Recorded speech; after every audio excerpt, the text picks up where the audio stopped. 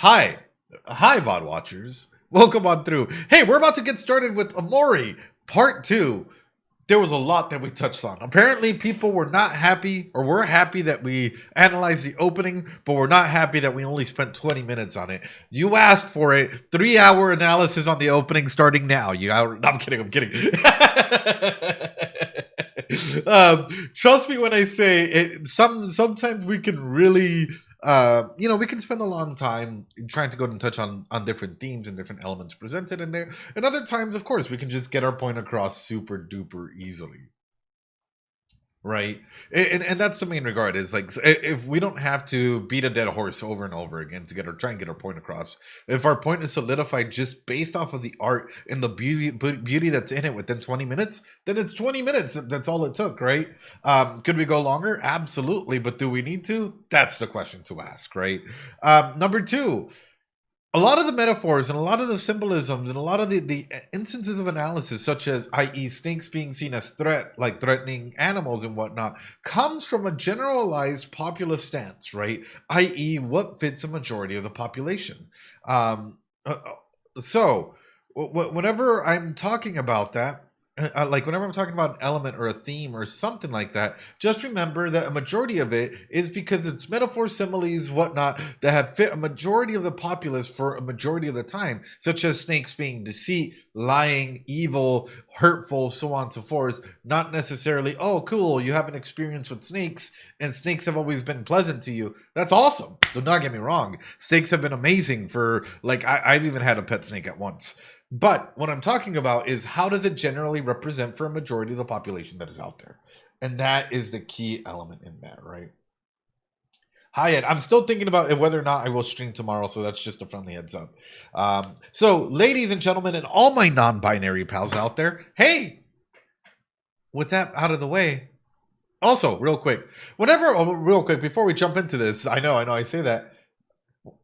Hey, whenever I'm talking about therapists that only specialize in one area, I saw this out there. It is not a shot to Euro Brady. Actually, in case you guys don't know, Euro Brady and I were our best friends. We did our masters together before I went off and did my doctorates. It's not a shot at him. It's actually, there are other therapists, other elements out there that will never touch on any psychological themes, right? And might present like some random thing for like 5 or 10 minutes and then call that part of the gameplay, or not really go into any actual psychological depth regarding what is supposed to be analyzed, and then hide behind their specialty. And that's specifically what I'm touching on, right? Not Euro Brady, because we're both best friends like this, right? So that's just an element that I want to go ahead and throw out there in case you guys don't know. Point in case there goes. Second off, I guess fourth off, it's Omori time. I have been Omori pilled. It is Omori time. I am Omori pilled. I've been thinking about this game, and I have a question for you all. What character would you prefer as a friend? What character would you prefer as a friend? Would it be Aubrey? Would it be Mari? Would it be like Kel? Would it be like who would you? Yeah, reaction versus analysis, exactly. Who hero? Would it be Omori or Sunny? Who would you prefer as a friend, and why? Right? I feel like a lot of people, like this always comes around in a very nice way to start a discussion, right? Honestly, the way that I'm thinking about it is, I think that all of them might need, well, specifically Omori definitely needs therapy. But I do wonder, how is this going to transgress to everyone else? Anyway, first time being here. Welcome on through, Turn Up. Welcome on through. Basil, yeah. Hero probably. Oh, here we go. Aubrey sweep. All right, here it comes. No, Steam. I don't want to play Path of Exile. Yes. My Steam is a little special. Okay. There it is. Hello there, ladies and gentlemen, and all my non-binary pals. Hey! Have you been Omori pilled yet? Are you Omori pilled yet? I hope you are. I've been having a lot of thoughts about this game. Without even bringing up the whiteboard for it, I want to have a discussion with you all. Without even, I'm bringing up the whiteboard. I want to have a discussion with y'all. How many of y'all, and this is as I was thinking about this game and its representation and everything it might have, there's a couple major things that came up to mind, which is number one, how many of you all have had a rough childhood? Maybe a childhood where you were present with other friends or other people might have been around you, but you weren't necessarily there. As I kept thinking about this black and white and the aspect of space, right? Of white space, right? And how much of an impact this opening scene does have.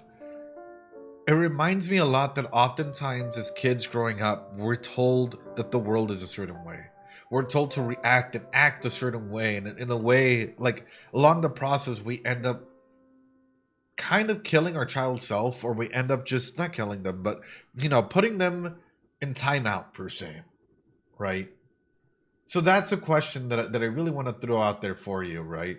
Which is for all of you, did you all have a good childhood, or did you not have a good childhood? Did you have a childhood where maybe expectations were placed on you and you had to grow up quickly? Even when others around you weren't necessarily saying that verbally, that expectation of you, maybe they were just throwing that at you. And if so, how is that now that you've grown up?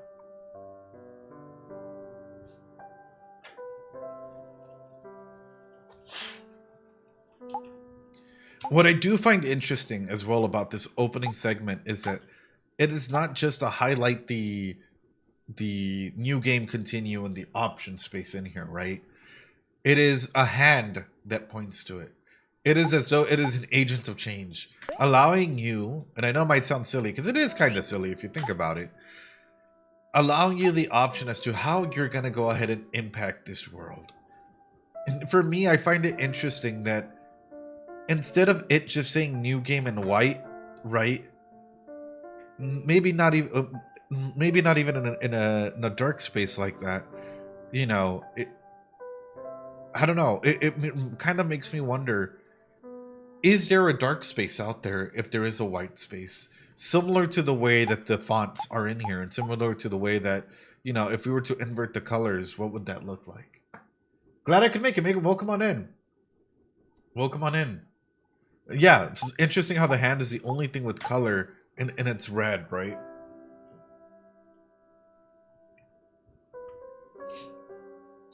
I guess another thing I'm going to throw out there for you, and especially those of you that were going, and this is a question specifically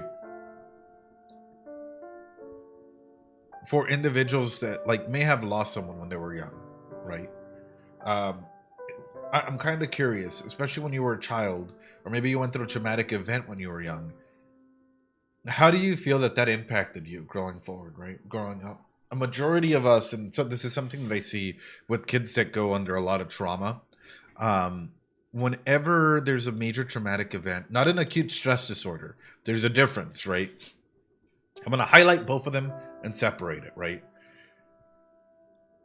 How many times have y'all heard someone go through something small and then say, I have trauma? Like they stubbed their toe, or, they went through, they separated from friends, but not in a way that's been like multiple months. It was just, oh yeah, and then they just stopped talking about it.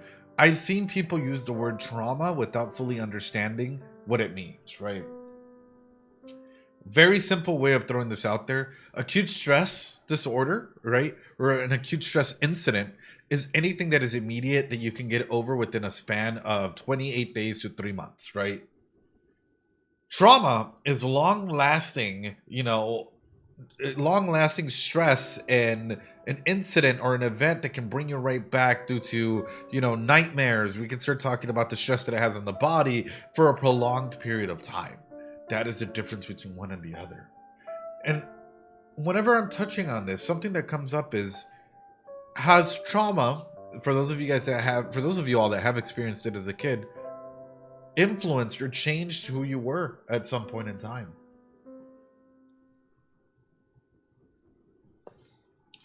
As trauma until I visited doctors. Yeah, even someone passing away can be considered trauma, So that's a major element as to why it's important to talk about these things. Also, thank you all to have been following, subbing, and whatnot. I appreciate it.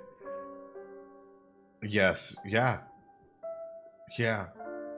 But I'm glad you be here. Thank you, Linda. I appreciate it. So that's something worth looking into. All right, are y'all ready? Let's continue.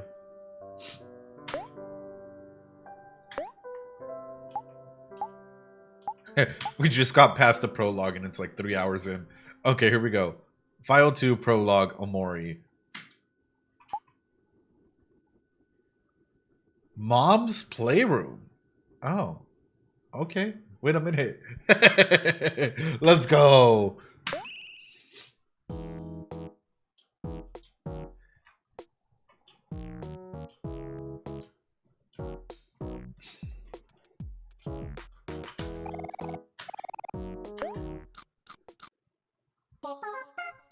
Oh.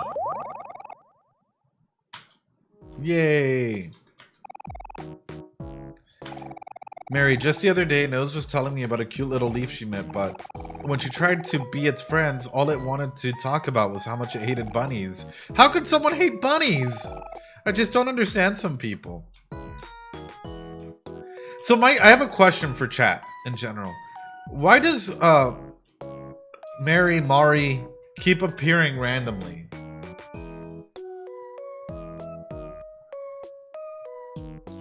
Like, why does Mary or teleport?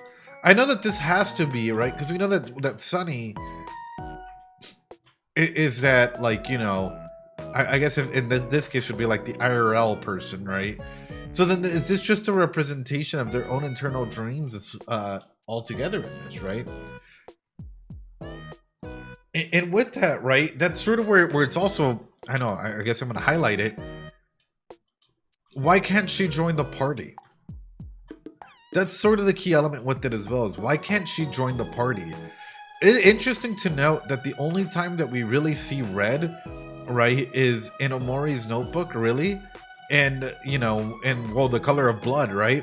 Inside of Omori's notebook. And yet she's in there and this whole picnic thing is red. So it makes me wonder, what is going to happen to her? What is going to happen to her if there's already visual symbolism that the only way or the only time that this red or red is as the color is really being used is for that, right? She stands from Undertale. So what is going to happen to her? More specifically, how is the dynamics of my friendship here going to change? Anyway. What I also find interesting is that, I guess if we're going to talk about this as Omori's headspace, everyone's been anthropomorphized. Like this kid here, Burley, come on, man, put your head into it. Turn into like a giant monster like that. Put your head into it. Like every individual in here, I mean, even this person here being kind of Charlene. Hello, friends. Teleportation. Oh, that's OP. On it being red and not pastel. Right. I want to give flowers to someone, but he's only interested in puzzles. If only I could find the flower puzzle or something. Maybe then he would notice me. Oh. Flower puzzle. Noted. Okay, we gotta find the flower puzzle. The grass sure feels nice. Want to join Omori? Sure. The stars shine brightly overhead. You don't have a care in the world. Aww. Something that's not a person. So it's a couple of items in there, John F. Specifically whenever it comes to anthropomorphism or even aspects of delusions, right? Would mean getting items or things that aren't human or are human and then turning them into something else altogether. Inanimate objects, a talking jackbox, ladder that's talking to you, a huge scary monster. It's like, how are we envisioning elements or things like that, right? So an outright picnic. Have you guys never been to a picnic? Because it could just be an all-right delusion if we're about to talk about it that way. But an easier way to break down that information is kids have a very imaginative brain, and they'll turn items or people into items because it's easier to deal with. I'm going to swing to the moon. Do it. Go to the moon. Great game. Wanted alive. Pluto, the 9th planet of the solar system. No reward. Sorry. Damn. All right, I don't want to mess with Pluto here. Nose my. She's really smart. Nose looks occupied. Aw. All the pieces are blank. I like puzzles. Okay, dude. Eternal banana. Huh.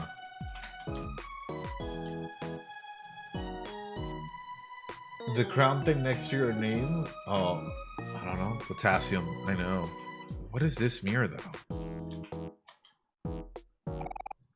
A floating mirror. Your friends smile warmly behind you.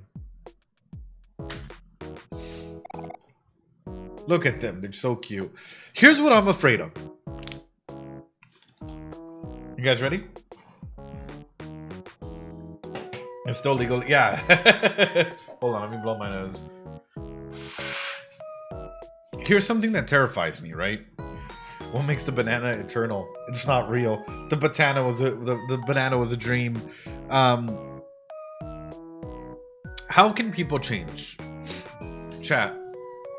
What I'm thinking about is taking this information that we have here, right? Which always seems like it's in the younger elements, and it's like, how do we break? And a good way of always thinking about fiction and media and even IRL, right, at times, is how can something come in and destroy something that's being set up? And that's how you put up defenses against it, right? Which is, how can an event or an incident or a person come through and cause damage to this foundation of friends that are in here, or change them fundamentally? That is a question I have. That's a question that's been floating through my mind. How can a person come in and fundamentally impact and or change this group from being here, right? Oh, thank you so much, Aoifi. I appreciate it. Welcome on through. What's the stuff in the mirror in the background? The table, the bed, you know, all of that stuff. And it's interesting how the mirror, right? The mirror wasn't here the first time around, but now it is here. And for a big aspect or a big thing, the way best way to put it, right? It's a reflection of oneself, right? Or a reflection of what we think. A mirror in this dreamland being presented like this is interesting. When will you continue the adult? They're usually scheduled for Fridays, spent. Unless it's like I have an extra time tomorrow or something. So comes in the main question is, how can these individuals fundamentally change, right? For example, like, how many of you would want to be friends with Aubrey, right? And what would it mean for them to change? People are always changing, whether we like it or not, right? People can change for the better and or for the worse. In the same way that, like, for Hiro or for Kel or for Basil or even for Omori, we're all in the process of change. But the thing is, what can fundamentally break this group apart? That's the main element to take into consideration, you know.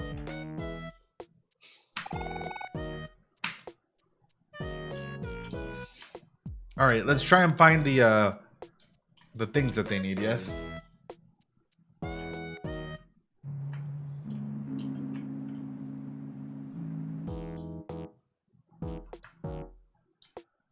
I might stream tomorrow. I'll let you guys know how I feel. It just depends, because I do need like a day to rest. Welcome to my shop. Please buy something. All right, let's buy. 261 is what I have. Inflicts anger on a friend or a foe. Jacks small damage to all foes and reduces their speed. Okay. Apple juice. Yes. And Deltarune protagonists have some similar things going on. The color scheme of this area is great. Just in case we need it. Awesome. Okay, cool. So we need to find a flower puzzle, yes? Let's go to Basil's house real quick before we come back over here. Wait, what is it? Is it dying? These flowers, they're already dying. We should do our best to take care of them until Basil gets back here.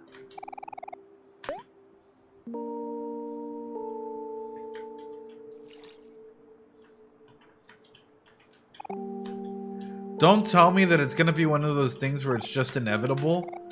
And as we keep going on with this, it's just going to get to a point where they're not going to come back no matter how we water them.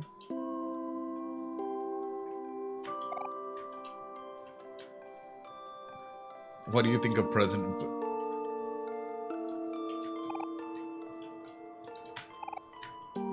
They're all okay? Okay. Well, it depends as to what's in the present, right? There's so many trees in here, it's like kind of scary.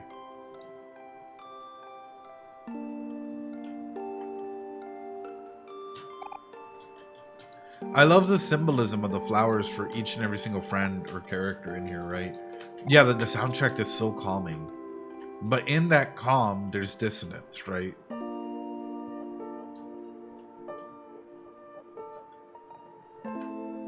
Okay, cacti are hard to kill. A flower? Cacti are really hard to kill. A flower.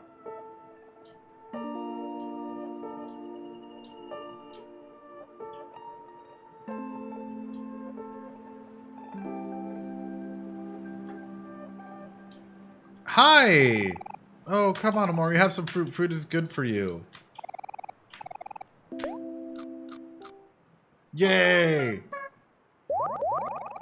You and your friends feel like new. We ate some fruit. Thank you. But my thing is, why is... I don't know. I find it weird. I find Mary weird. And not in a bad way. It's as though what we're meant to see, if we're going to conceptualize this as a headspace, what we're meant to see is her in a caring, happy manner. But is that the truth, chat? Is that the truth?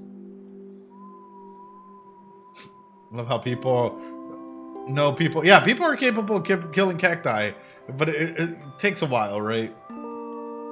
The dream vibe is twice as powerful.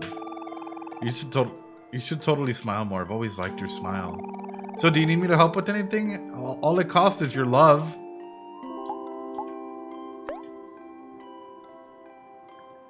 Okay. Basil's house, I hope Basil's okay. He doesn't do well alone. Oh, Basil's house is okay. Oh. Oh, Daisy's trying to get her crush to notice her with the flower puzzles. How cute. I think I saw Mikhail throw one away a while back. I hope you can find it somewhere. Okay, nice. So I think we could go back and find Mikhail then. Hope to have helped just a little. Interesting how she is playing this role though, this caregiver role, right? Yeah, it's as though this caregiver role is so important and so ingrained in them. I don't know, that's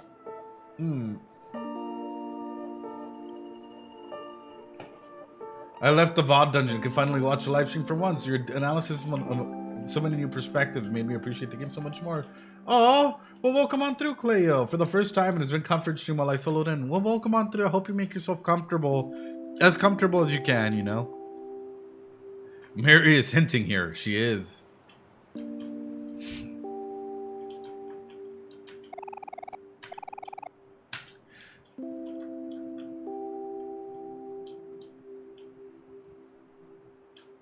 Question for you all. Why is Basil's house a shoe?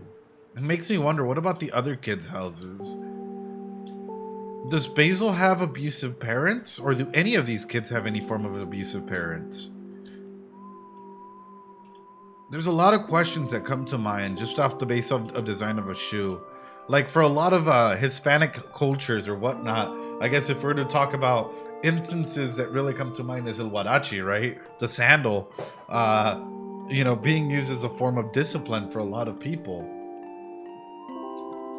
Is there a fairy tale about a shoe? Gonna watch the VOD Twitch tomorrow. No worries, Mystery Meat. I appreciate it. Escape for the VODs for a while. Yes, come on through. Basil being Hispanic canon.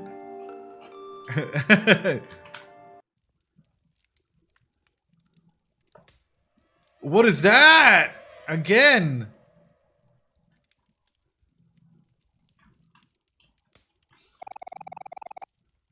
Well, there doesn't seem to be anything out of the ordinary.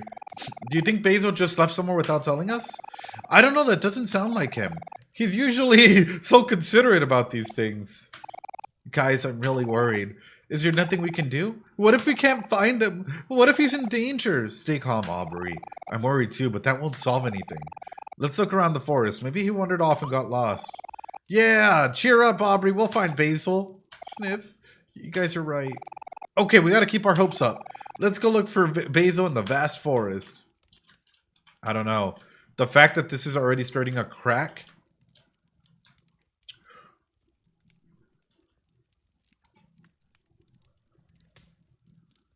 Wait a minute. Wait a fucking minute. Wait. No. Wait. No. Wait.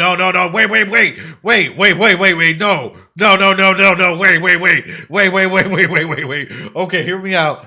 Let me get the whiteboard here. Hold on. Hold on. Who's my favorite fictional character? Solid Snake. I really love Big Boss Solid Snake in fiction.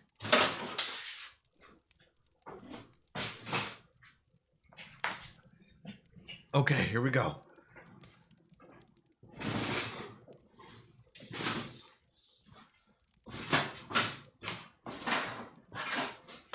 Okay, I'm trying to find the comfy way to do this. Here we go. Y'all can probably still hear. Oh, there's nothing in there. Okay. There's Sunny.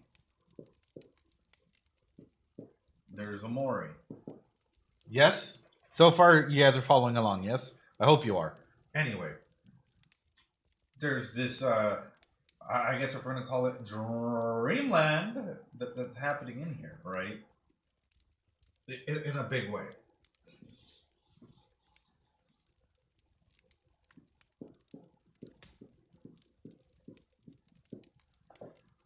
This is what I'm wondering. First and foremost, right? I'm wondering what is causing, right, these cracks in the foundation. What is causing the cracks in the foundations of this dreamland that is being used as a coping mechanism for Omori, unless there's a third layer in here, right, that is trying to go ahead and crack something? If we're talking about consciousness in a big way, and I'm going to use a Freudian concept in here just for a second, just so that you guys can try and conceptualize it, right? Not necessarily saying that it represents us in any capacity. It's not, but so that you guys can find a way to go ahead and conceptualize it a little bit better, right? Which was the superego, the ego, and the id. And it's making me wonder, all right, in these instances, I know Freud, most people. So it's making me wonder. Bad foundation for the dreamland, yes, but there's cracks, and there's cracks from these shadow monsters that are coming through and hitting this foundation. This aspect that is happening inside of this dreamland is clearly being supervented, right? By whatever these shadows or whatever these monster looking things that are invading this aspect, which is interesting because even when we were with Sunny, a super ego in the bottom end of his consciousness, right? And even when we were with Sunny, right, and in the other world, what happened? He was facing off some weird little things in there. So it makes me wonder, is there an unconscious level where maybe Omori is the personality that is being used as sort of like an aspect to deal with maybe unresolved trauma and whatnot, but maybe inside of that, his brain split off into another aspect where he's storing all this unresolved trauma, where all of this negativity, all of this shadow self is being placed in and is causing this crack on this foundation in Dreamland, trying to go ahead and find a way to merge with whatever that is, with whatever Omori is going through for Sunny. Kind of. Still, shadows appeared. Yes, absolutely. Does that kind of make sense? I hope that kind of makes sense as to where my brain is going. Oh, thank you. A mask or a persona, Jungian style. Absolutely. But for me, the way that I'm thinking about it is this. All right, I'll simplify it. We have Sunny, which we know is who probably went through trauma,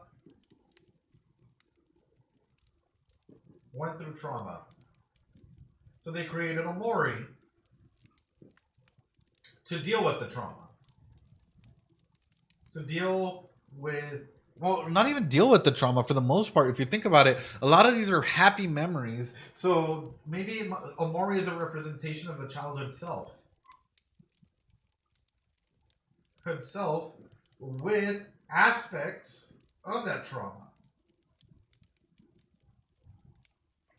So that in that same regard, what has Sunny even unconsciously done is pushed. If Omori is not a full representation, and Omori isn't fully encapsulating everything that like, because Omori for the most part is like the good aspect if we keep thinking about it, right? Where Omori is in this, like, this aspect of like, oh, all of his friends get along with him. We haven't really seen any form of turmoil within the friendships just yet at this point in time, so it's only happy memories, right? As far as it seems, Omori is a coping mechanism. So then I'm going to call this negative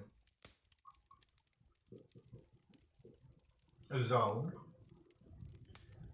So then in this negative zone, right, this unconscious space that is out there, what trauma or grief or anger has been stored here to not mess up with this delusion? What all has been separated by Sunny in order to keep Omori, in order to keep his child, this child aspect of himself safe? That is the question. That is the most empirical question to ask. If Sunny were to come to therapy, right, and he's telling me all about Omori, I would ask him, okay, then, it sounds like Omori is an aspect that you're trying to, would that be, it could be a coping mechanism, but even then, your brain is still holding on to a lot of things. So where does that go? Where is that going to? And that is the question to ask, right? So would Omori be only his positive traits? Not necessarily, Liz. And that's a big aspect. Is Omori can be the memories. Omori can be like aspects that he chooses to go ahead and be, but not necessarily everything.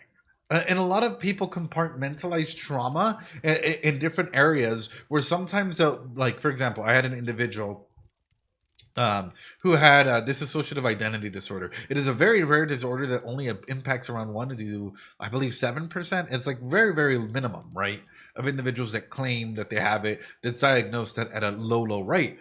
Anyway, I had this individual who suffered a lot during their childhood, and what they ended up doing is they ended up compartmentalizing their trauma, and it would pop up in their personalities that were created, right? So they would disassociate in their personalities that would come up or that would front, would ensemble that aspect of trauma, only that particular aspect of trauma in some capacity, because it was a coping mechanism that was being used to be able to deal with strenuous, things that their brain came up with, that their brain fully developed.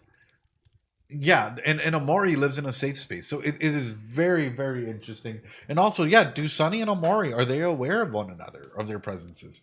Interesting question. Sorry, I'm just looking at this and instantly my mind went, wait a minute. These shadow creatures are coming through, not just to Sunny but now to Omori, and they're causing these cracks. Yeah, I mean, stabbing is not really a positive trait, so Omori is more than just a positive side of Sunny. Absolutely. Mhm.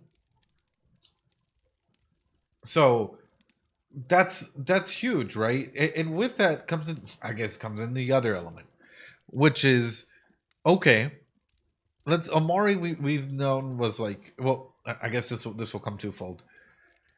At what age did Omori or did Sunny start self-harming?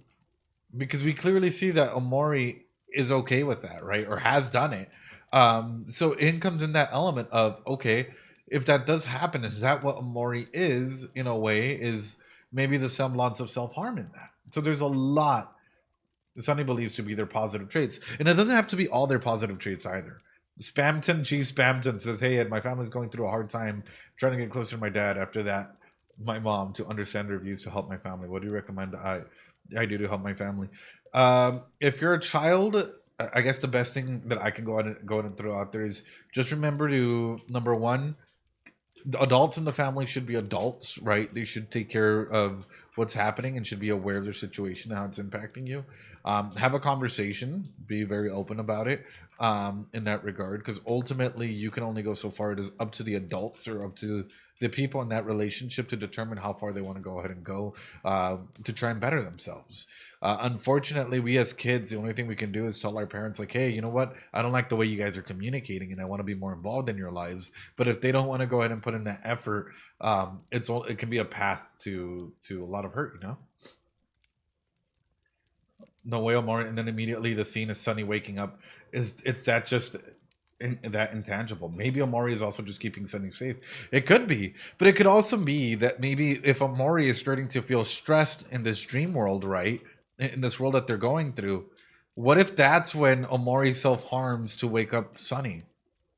What if that's the way that this goes, right? Where if Omori is now starting to feel the pressure and doesn't really know how to compartmentalize that, he harms himself in a way or whatnot to wake Sunny up.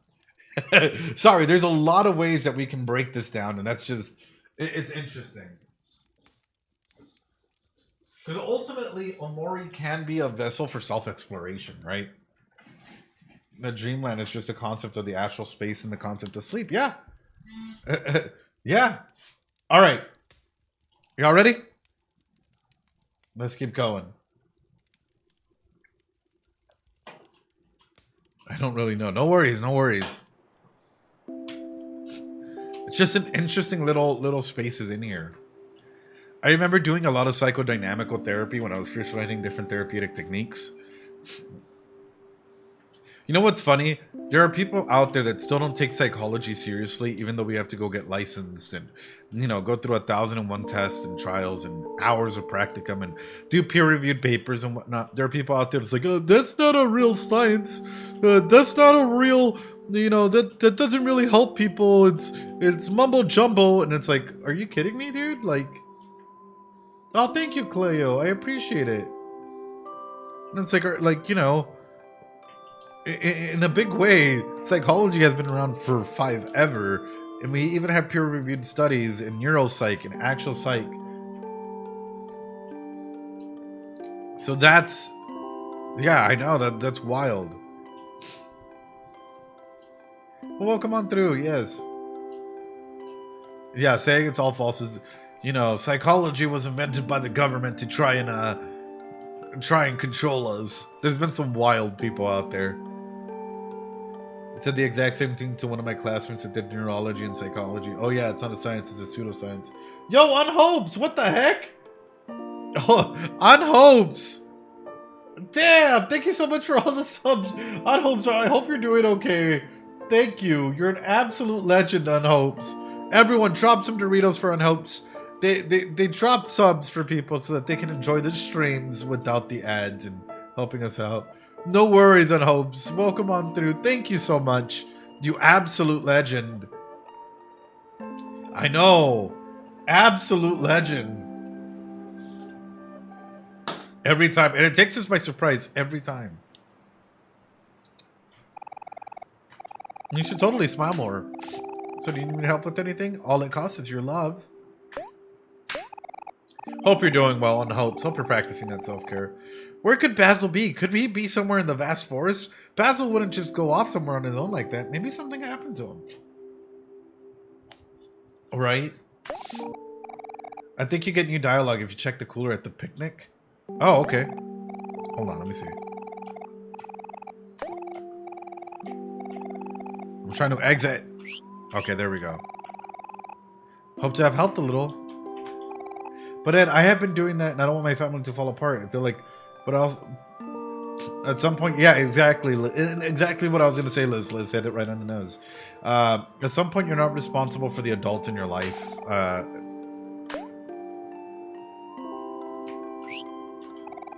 Mary's picnic. Would you like to save? Yes, I would. Unfortunately, the only thing we can do at times like that, I know, high in hopes. Well, hope you're doing well. And it's not a reflection of you or who you are. It's just sometimes as adults, we suck at communicating, right? Sometimes as adults, we absolutely not. I'm not gonna say we absolutely suck, but we're pretty rough at communicating, and at times we think we know what's better than some other people, and that leads to very, very hard conflicts. That I don't know, but yeah, it's sad when kids have to raise their parents. Yeah, and my thing is, not all parents. Not all parents, like, parenting doesn't come with like an immediate handbook and you know how to be a parent immediately, right? Okay, who am I looking for in here? I'm looking for... Peekaboo! Oh, God. I like puzzles.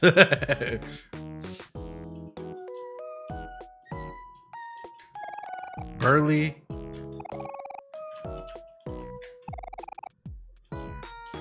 Van. Yo, what's up? Mikael. Wait a... You threw it away somewhere. Birdly? I know. Welcome on through, Charlister. Welcome on through. The Omori is real. The Omori is great.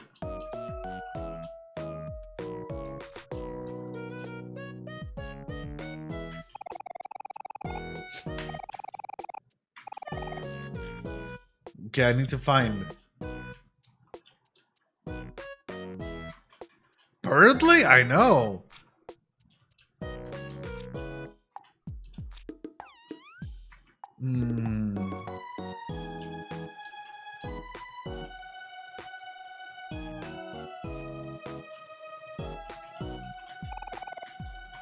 Okay. I think it was him, right? Hi, welcome on through, Edgy. Welcome on, everyone. Appreciate you all coming on through. Bartholomew. I hope you all are practicing that self-care. Actually, I have it edited. I have the latest Deltarune episode edited. It should go up on YouTube as soon as I have the thumbnail, so that'll be up and going. Let me see.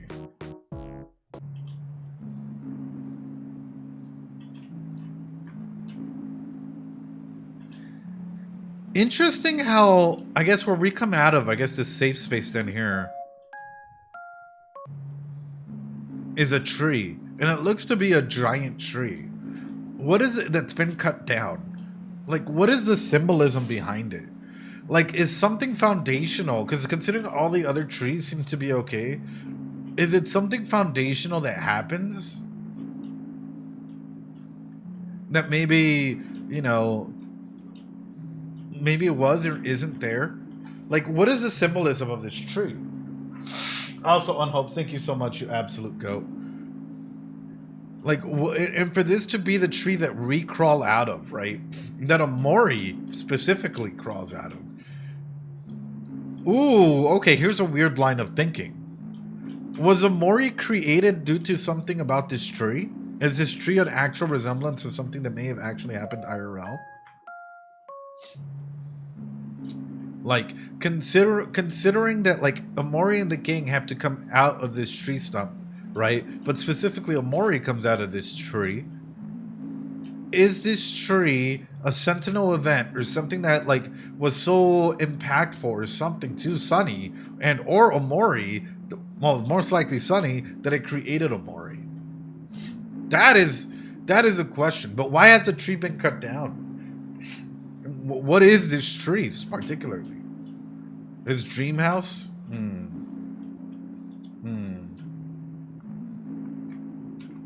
Anyway, let's try and find that puzzle. Stability, growth, a house can symbolize 1,001 things. That's why I love trees. Trees have like huge elements of... You're afraid of drowning. Ooh. Hold on, is that the call of the void?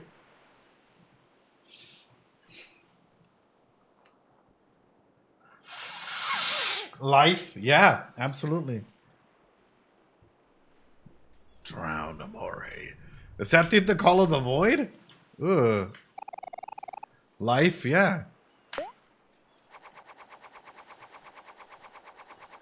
We're all having a competition here, trying to create our own sandcastles.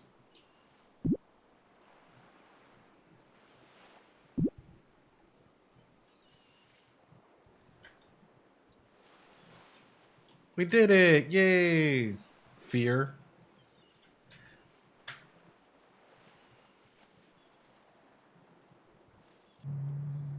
Omori is the furthest away from the sea. I mean, fear of drowning is a very real thing, right? Just swim.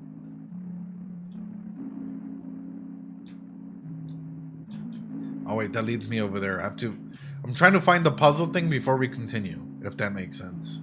Trying to make sure we get as much of it as possible.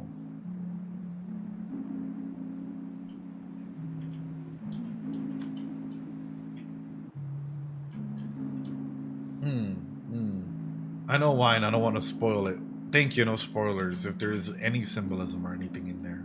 Because again, I don't know. I don't know what I don't know. I'm just asking questions here. And that's sort of what's leading my thought process. It has to be around here somewhere.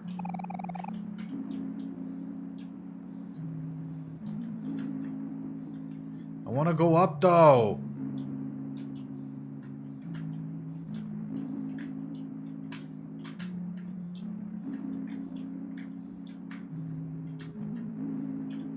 You're a huge fan of alphas? I mean...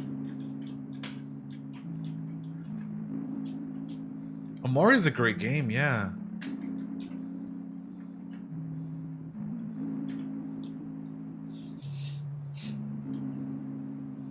I like Birdly. I think Birdly's great. I'm gonna go down then.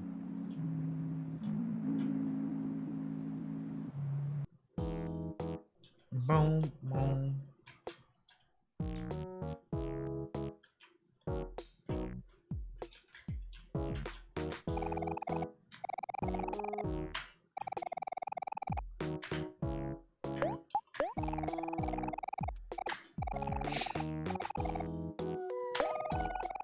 Thrown a while back. Okay, but where can we find this puzzle?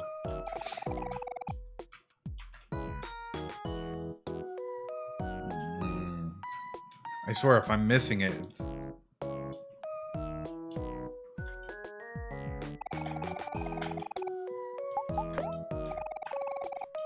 I'll let you know I don't appreciate window shoppers. Hey, yo. Yeah, I guess we gotta go look at the trash. Let's see.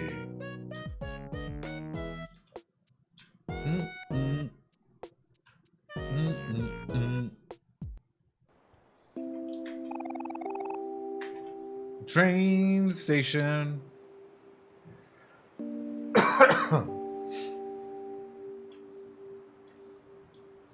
The vast forest. Ooh.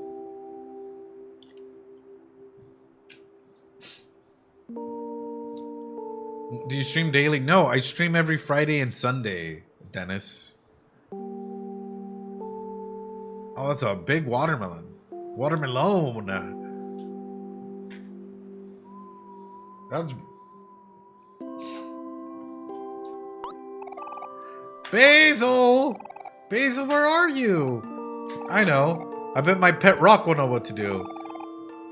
Hector, be a good boy and find Basil.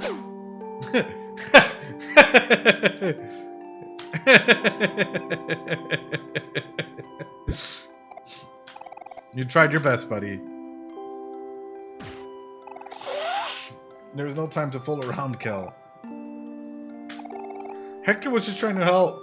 Let it go, you two. We need to keep ourselves focused. All right. What if we go the other way? Hector analysis 1. I know, we all relate to the rock, don't we? Transportation doesn't seem to be in service.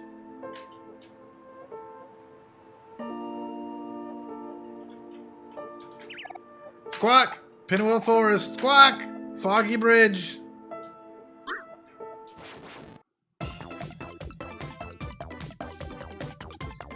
It's interesting though, and I guess this is something to talk about or touch on.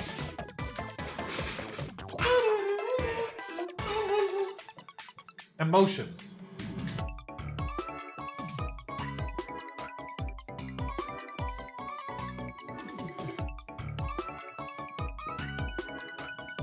Happy. Angry. sad, neutral. It's interesting that like it works off of this mechanic. I know it's rock, paper, scissors, but as a kid, right? How do kids conceptualize their emotions for the most part? They're not going to use like harder level words in these three, right? A lot of kids will conceptualize their emotions into right, I'm happy, I'm sad, I'm angry, right?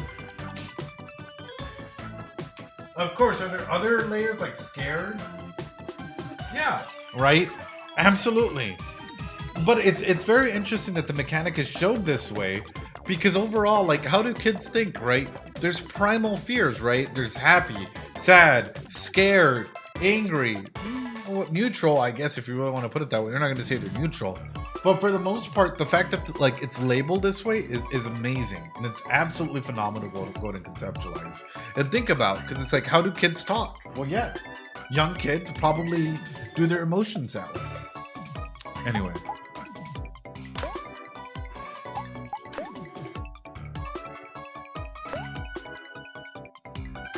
Hungry is an emotion for kids. Isn't it an emotion for all of us?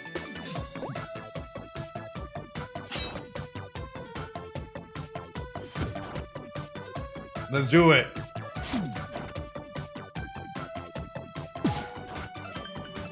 Dang, these they're tanky.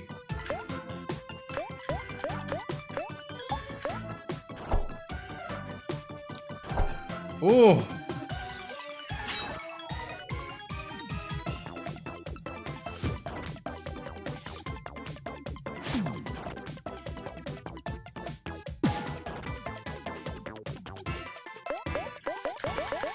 They're tanky little bits. Oh! Omori did not succumb.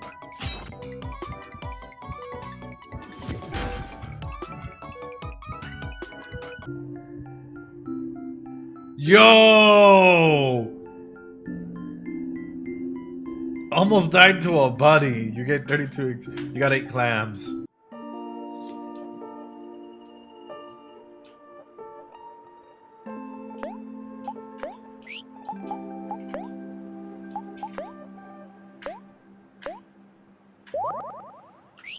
We're okay. It was just a flesh wound. Our bunny's evil, though.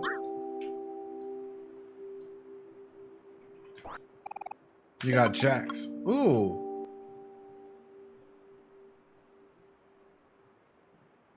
Oh, no. Oh, no.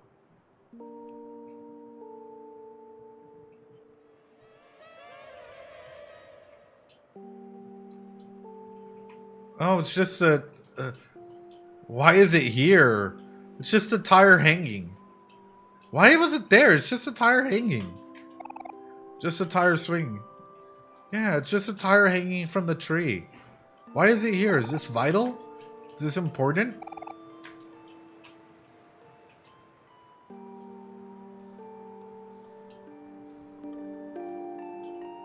I don't know. I don't like that. One of them's sad. I think angry beats sad, right?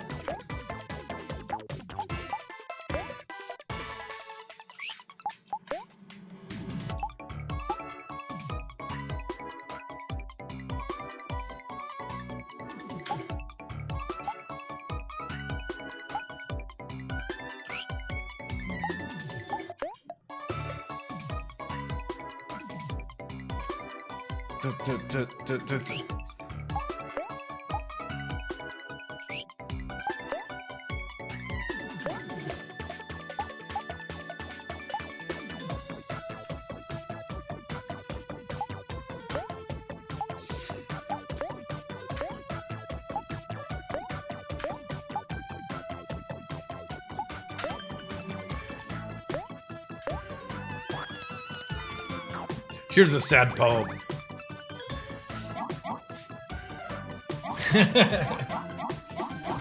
Oh no.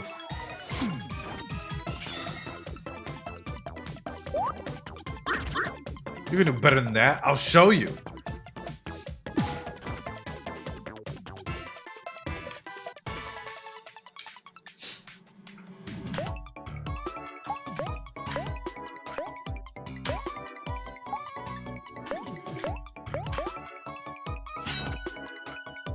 Ooh. Ooh. It takes 15 damage. Ooh. They're angry now. Sprout mole analysis when. Yes. You see, the little sprouts is exactly what we're looking for in life, right?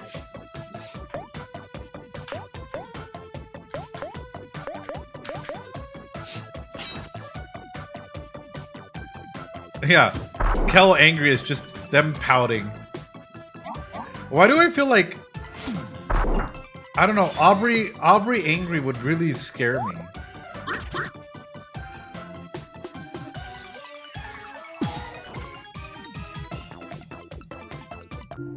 We did it! Yay! 28 XP. 2 clams!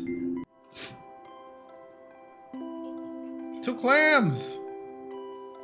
Playing the games, get this type of combat system Bahon could try. The art style, the portrayals, everything's so nice, right?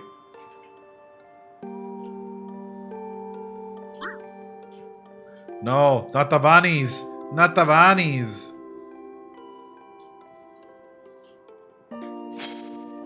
Oh. Ain't that interesting?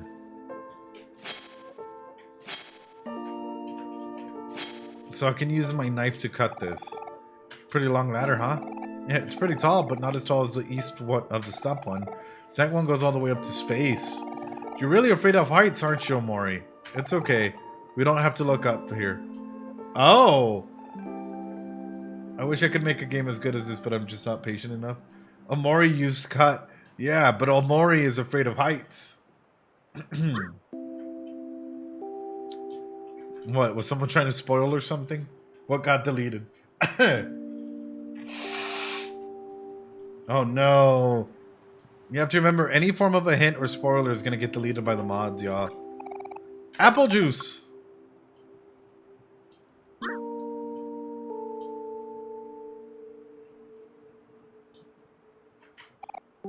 Big bone. Candy. Nice. Oh, doggo! Would you like to pet the dog? Yeah, of course! You pet the dog. You felt something in your hand. You got life jam. Oh, doggo! He's afraid of heights but not wielding a knife, right? Is there a run button in this game?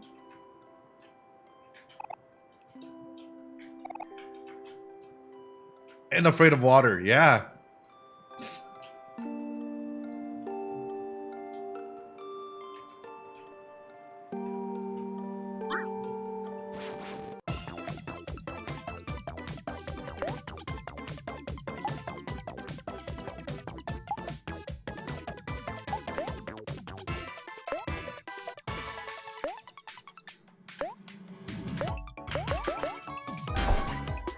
Ooh.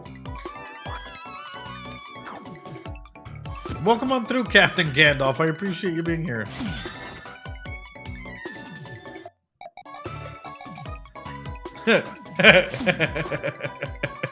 Omori didn't notice Aubrey. Oh. Let's go. One shot.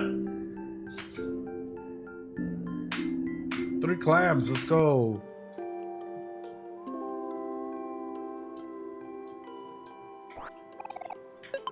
A dandelion. Yo, we're collecting a lot of stuff here, right?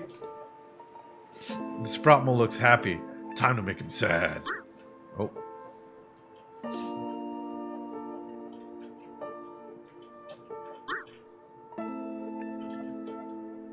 I see. You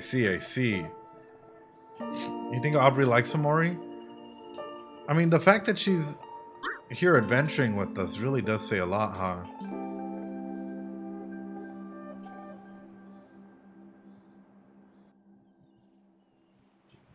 Eh? I don't know, guys. I don't think Basil's in the forest. But we haven't even searched the whole forest. We can't stop now. Cheer up, Aubrey. We'll keep searching until we find them. If we don't find Basil soon, maybe we should meet up with Mary from the playground and figure out what to do from there.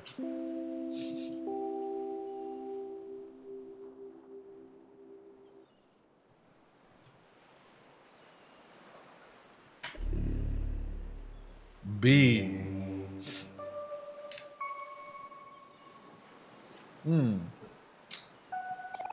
10 keys left. And there's a crack. Oh, there is the run button. Thank you.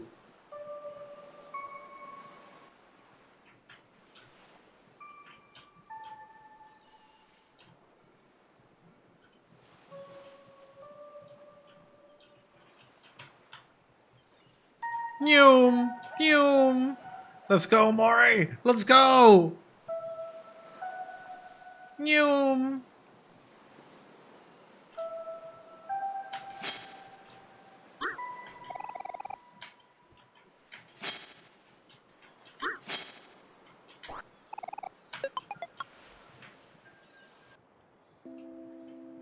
What is this? Hi, I'm the Wise Rock. I give advice in exchange for clams. Give me some good advice. Understood. Here's your advice. If opportunity does knock, you can always build a door. Does not knock, you can always build a door. I hope this helps.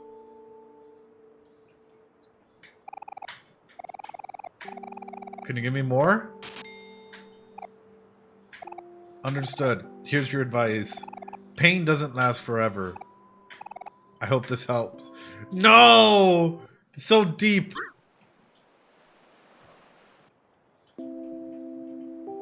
This place is huge. This place is absolutely huge. Here's a train station. We'll get up soon. Just give me a bit. Could have something to do with drama triangle. Rescuer, victim, persecutor. Because when I look at it, the logic as to why motion beats make sense. The persecutor angry beats the victim, sad beats the rescuer, happy. Thank you for the... Could be, absolutely. Line starts here.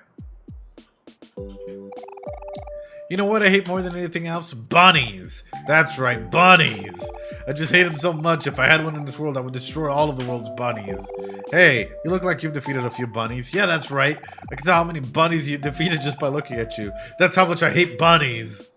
Okay? So I tell you what, let's make a deal. If you defeat at least 5 bunnies, come back and report to me. I'll give you something nice. Now go on and destroy those bunnies. Okay. Popcorn. What is Colonel Sanders doing over there? Hi, kids. I'm Gibbs, the stationary musician. I used to be a traveling musician, but I left that life a long time ago.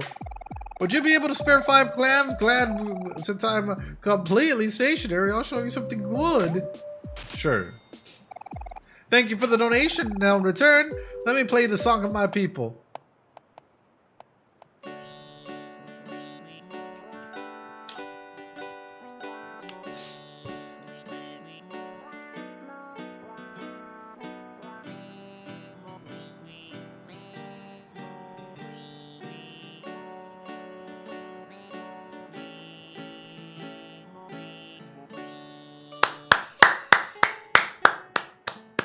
The song of their people.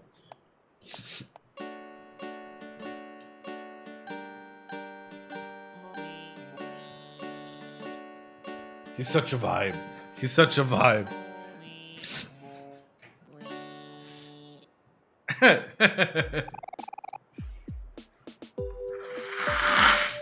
Oh my god. Sorry, chat. Just I feel stuffy nose and I'm like, I know. Did y'all think that was pretty good? Did y'all think that was pretty good? I thought it was good. Colonel Sanders up in there dropping a beat. Howdy. I consider myself pretty well tempered, Josh, but it's something I can't stand. It's line cutters. Oh, okay, damn.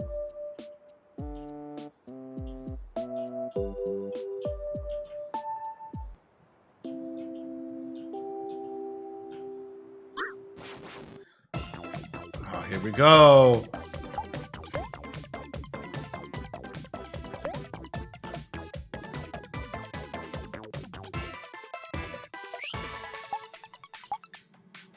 Always deals a critical hit. Ignores defense when Omori is sad. Okay, so I gotta make myself sad.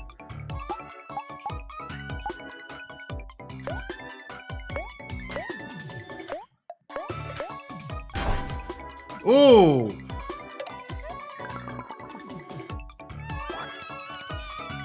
Ooh, they're coming after Omori here.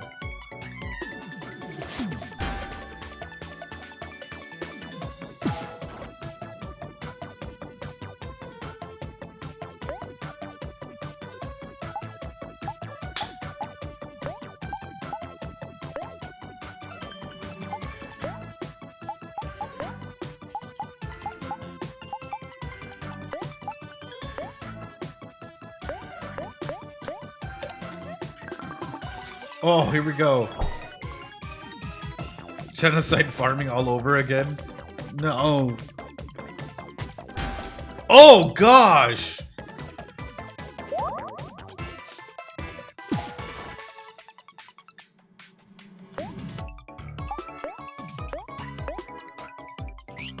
$43? Oh no, he's toast.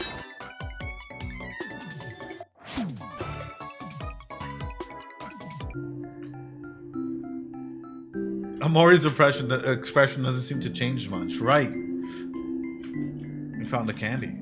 Ooh.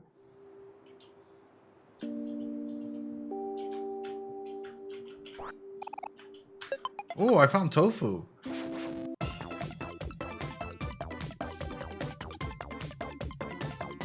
What? What do you mean?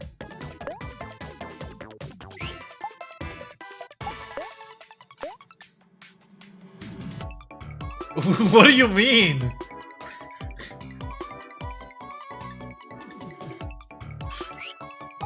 What do you mean?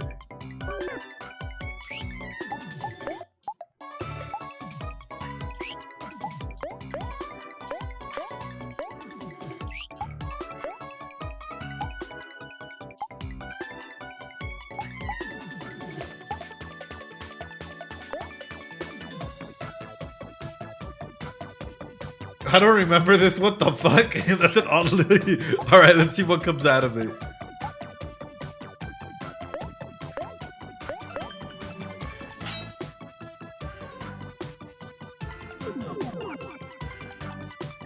Oh no, I did the wrong one.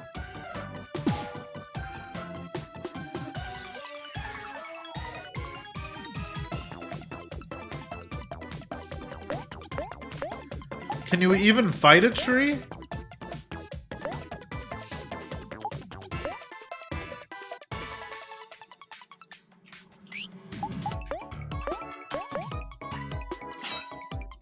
No. Why is the tree an enemy? Big tree can't get any happier?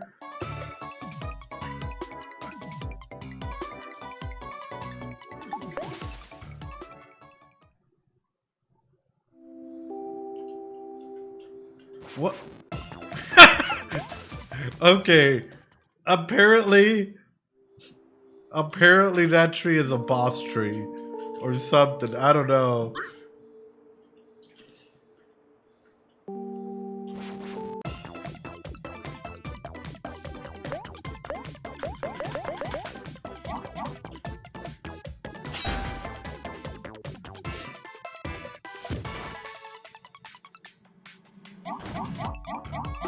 Oh no.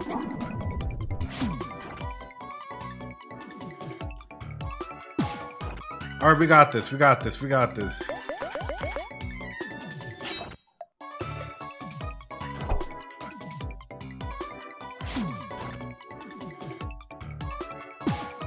$11. We got this. I heard you were a strong ass tree.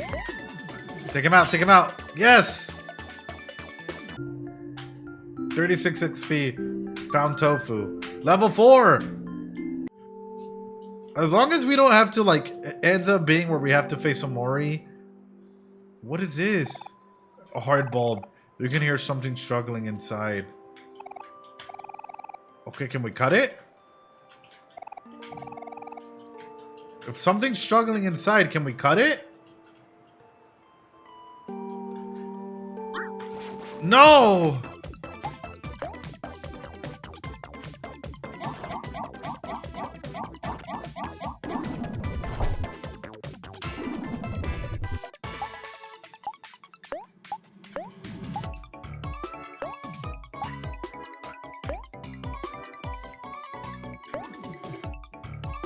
Uh-oh.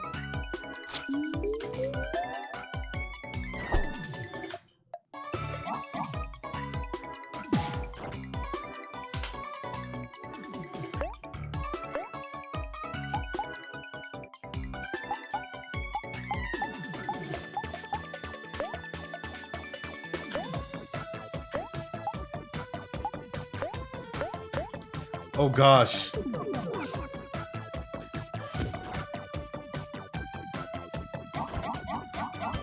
Stay alive! Omori, stay alive! Yes!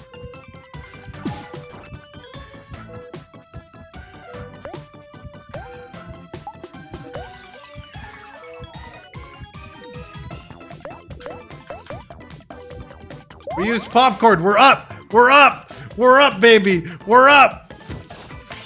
Pass it to Omori. Omori, come back in. Ooh, 1 damage.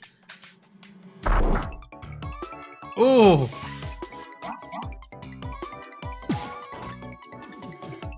Wait, why did that hit him? Stab. Stab him. Stab him, Omori. Stab him. Lost Sprout, lost 14 juice. Can't believe you're getting your ass kicked by Sprouts.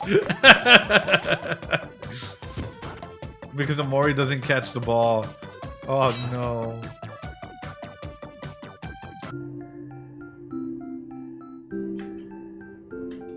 Three clams. Hero grew to level 4. We're getting stronger, chat. I mean, like it or not, we're getting stronger.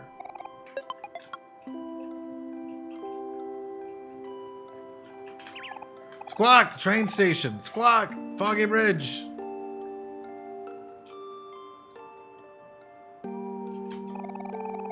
Whoa! We literally just... I guess... Omori can't get toasted. I guess we should go up and investigate. Also, good opportunity for us to, Hello everyone, how's it going? Have you found Basil yet? Hey Mary. No luck so far, I'm afraid. Oh! I'm sorry guys. I wish there was a way I could help more. We're all doing our best. Maybe we should start looking outside the forest. I know! Why don't we try climbing that really long ladder, the one east of the stump? We can't do that. Omori's afraid of heights. But what if Basil's up there? We gotta take our chances. Heroes cook outside a battle if you didn't... No, I didn't know that, GemX. Okay, if we can use heroes cooking, that would help out a ton. I know, but... Omori? You're growing stronger every day. You can handle climbing a ladder, can't you? Come on, little brother, face your fears. It's natural to be nervous at first, but you should know that. We all believe in you. Come on, Omori, just one measly little ladder. What's the worst that can happen? I don't know about this. Do you think you're gonna be okay, Omori? Yeah.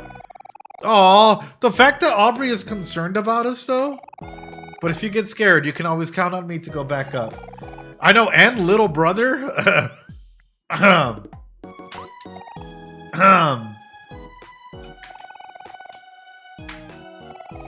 We'll see you later, Mary.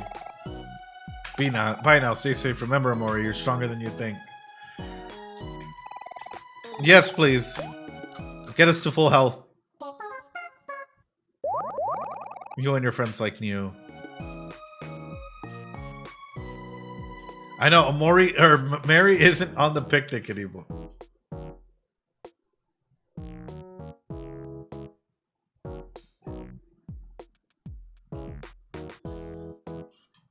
So his name is Sunny. His name is Sunny, but he goes by Omori.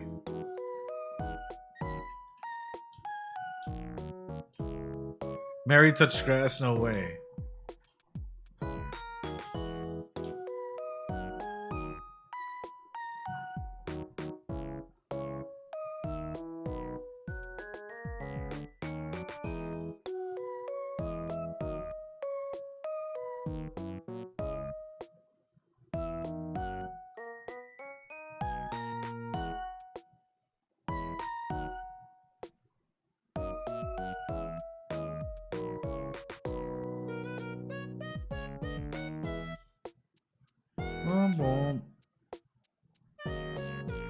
Hold on, hold on.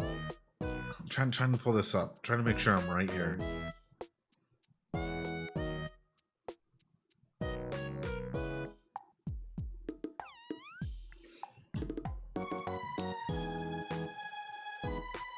His name is Sunny, but he goes by Omori, as in "oh death" or "oh to die."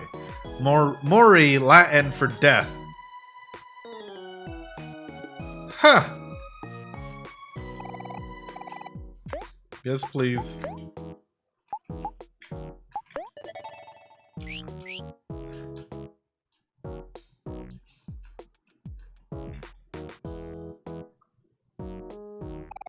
Grumble, grumble, grumble, grumble, grumble. Hey Van, is something wrong with Burley? She seems a little upset. Oh, about that. Well, you see...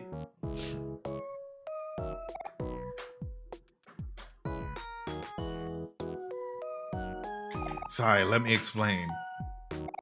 Look at this pole. Can you believe it? What are we looking at? Yeah, I don't see it. Exactly. The tether ball is missing. Van used his arms and swung too hard, and now the ball is gone and far off somewhere. Never to be seen again. I told you not to use your arms, Van. You gotta use your head. Yeah, Mori means death, right? Hikikomori is the Japanese term for someone that stays in, right? But if you use just the Latin term for Mori, that's what that means. It means death, right? So like, oh, death, or it could also be just a Japanese saying that. Head like this. Sorry, Burley. Using my head all the time gives me a headache. That's because you don't have a hard head like I do. Oh, something just hit me. I'm sure I saw the ball flying off somewhere in that direction. Into the vast forest. Ugh. We'll never find it now. It might as well be lost forever. People that barely go outside. Yep. Ha! You sure you want to do that? Vast forest is a pretty dangerous place, you know. One time I got super grizzly brawl on this ugly plant creature with death empty eyes and a gaping mouth. I outwitted it, of course, being cool and smart and all. There's no monster in all of the universe that can outrun me. Mm-hmm. Oh, God. Aww. Say, Omori, why don't you and your friends go with Burley and keep her out of trouble? I'd go myself, but... Van! Brow runs over, bangs again. Oh, geez, there's my cue. I'm coming, Happy! Be safe out there, you guys. I'll see you when you get back. Aww. Come on, Burley. Let's go find your lost ball. We don't have anything to worry about as long as we're here together. Burley and Birdley sound... Yeah. My amazing headbutt skills. Ugh, let's just get this over with. Burley joined your party. Oh, let's go. Also, the reason why I stopped for a second here and I was kind of laughing is I got an email.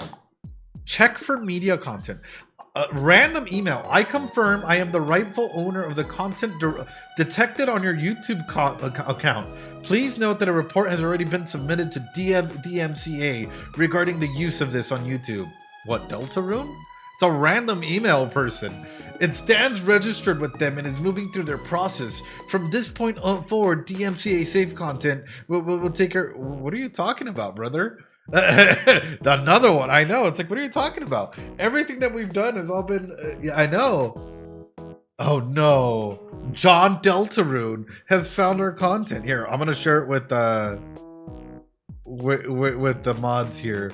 That's the reason why I stopped, because I was like, what is this person on? They're on something. Yes, it's very similar, you know, very similar. Hold on, let me throw this on here.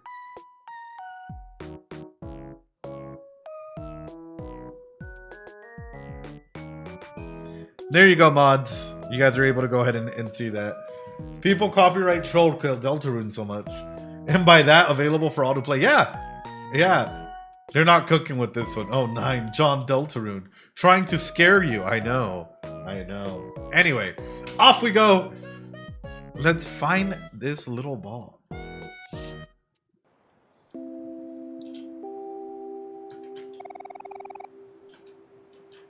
went off into the forest, yes?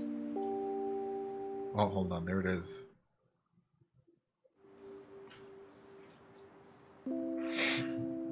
It's not materia. It is not materia.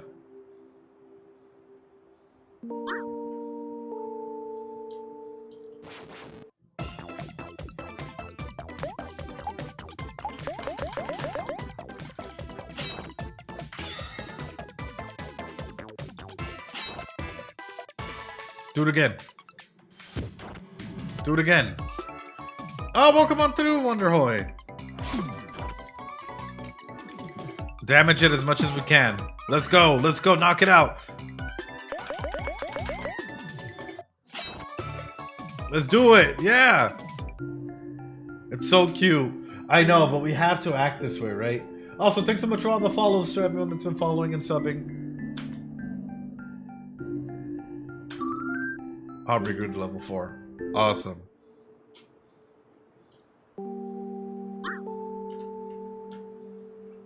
Okay, where's your ball? Where's your ball? Where's your ball?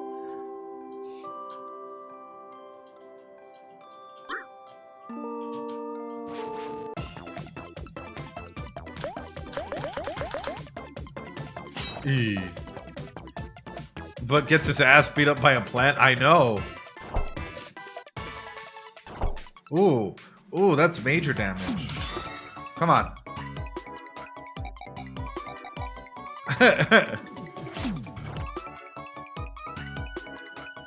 Let's go. One down. Let's keep it up.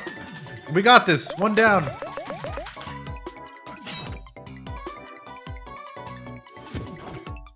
We got this. One down. Do it. All right, he's done and out of here. We got 4 clams. Kel grew to level 4 and learned to rebound. You see, chat? This is why it's important to go up there. No worries. Also, Nate's, you start school tomorrow. Oh, well, that's amazing. Congrats on starting school. Shelter. Nourishment. Big boat. Okay, the way that Omori describes stuff is so... There's nothing else to it. It's just to the point. Shelter.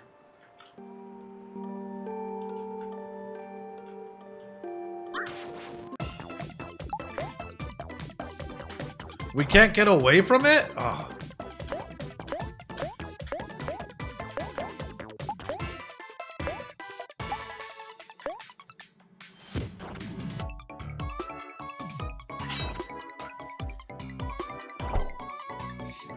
Should play Sally Face. I've heard a lot about Sally Face.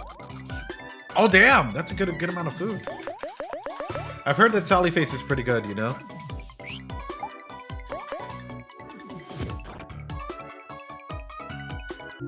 Let's go! 18 XP, 2 clams.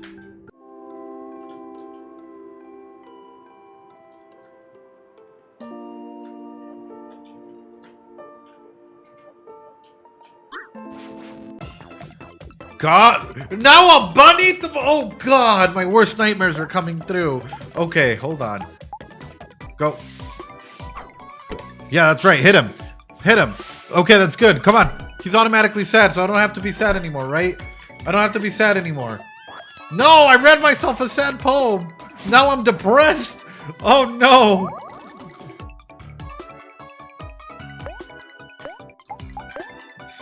Stab the bunny. Wait. No! I accidentally made me cook for myself again! I went too quick! Oh, no. That's fine. Whatever. It is what it is. There you go. The screen went black for a second? Oh, I hope not. Yeah, Hero's just eating really well. He needs some food. 34 XP, got 6 clams.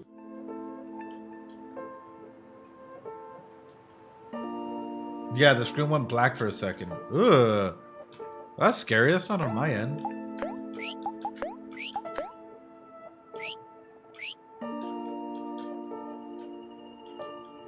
thought it was my internet. Ugh. Apologies. Apologize. Apologies on all that. The camera and sound cut out too.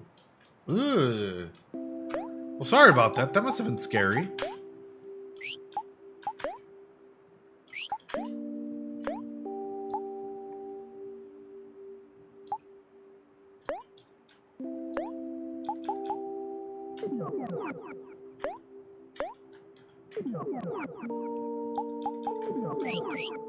All right, chat. Where do I find this?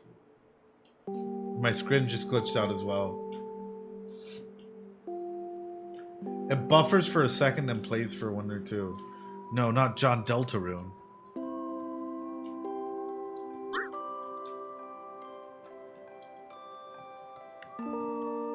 Are we good? Are we back? Or no?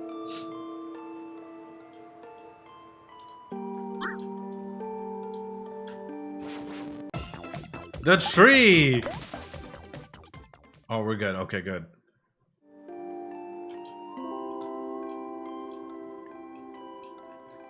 Okay. Where is your ball at?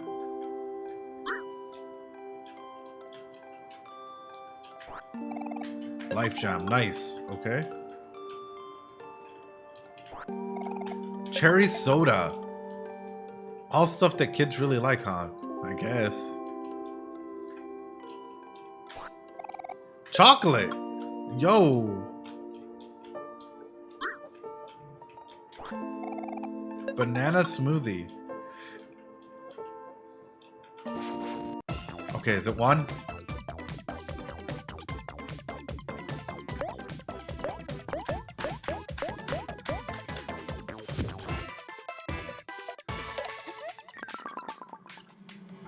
Dr. Pepper. This bunny seems normal, I'm sure. It's just all upside down now, you know?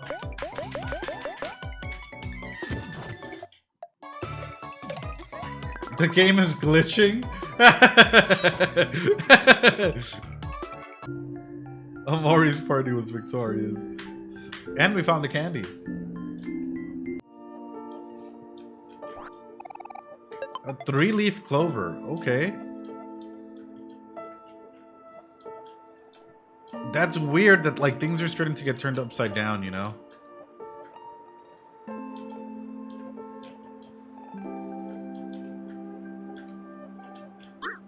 No! No! And I can't run away.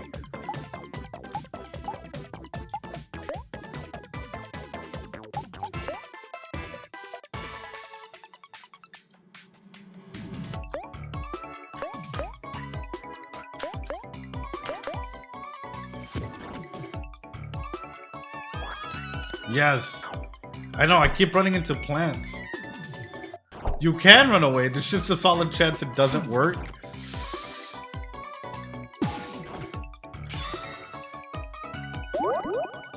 Your turn, Omori.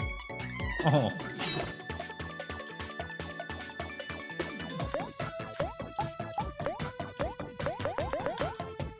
Please, please.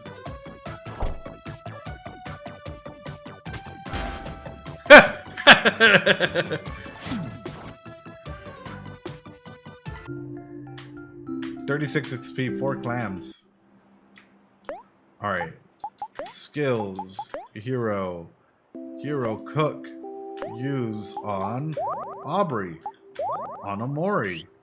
Nice! The fact that we can do this without wasting items. There it is! There's my lost ball. Yoink! Finally. Let's take this bad boy to the playground to play some tetherball. We found it, chat! But also, can we cut this open, please?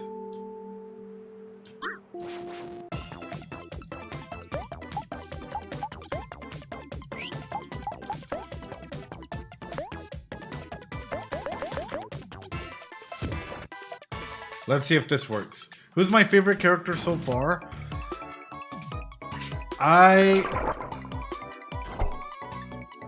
I really, oh, of course, Omori and Sunny, I really like them, right?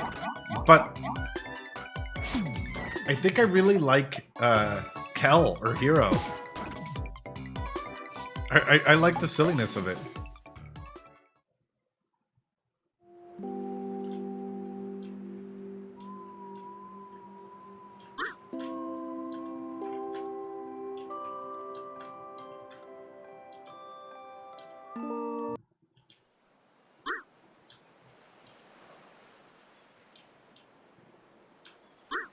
I think I've killed 5 bunnies. I think I've killed 5 bunnies. Anything but finding Basil. Yes, we have to go out and find Basil soon. This is not how you get to the playground. You're going the wrong way. Hey, what if we want to go in here? Come on, Birdly.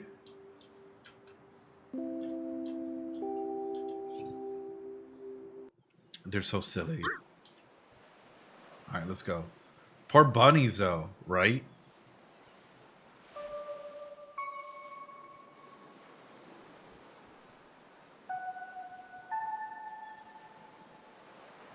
Nerdly hat got him.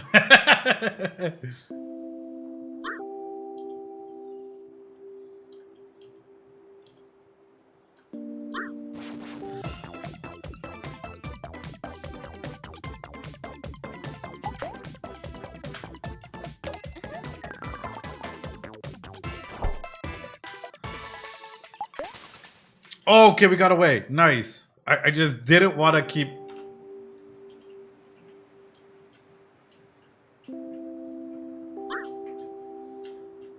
Doop.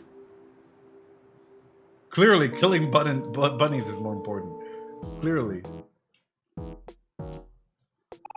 Well, that was fun. Not. I'm gonna go play some tetherball. See you later, alligators. I'm out of here. Wow, thank you, child. But seriously, come see me before you go. I got something special for you. Ooh.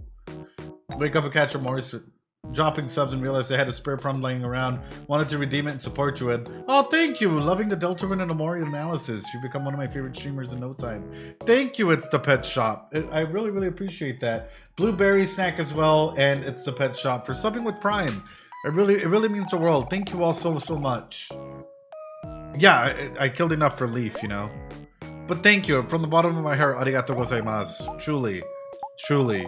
It means a lot. It means the world, actually. I know. Y'all are amazing. Let's get some 5. Let's get 4 candy. Absolute legend. Y'all mind dropping some Doritos for them and for everyone that's been subbing or gifting subs like Unhopes and others. Y'all really make my day and make my streaming time significantly better. Awesome. Ba-ba-da-ba-ba. You and your friends feel like you. Cliff-faced as usual. You should always smile. I'd like that more. So do you need anything? All it costs is your love. Sure, sister.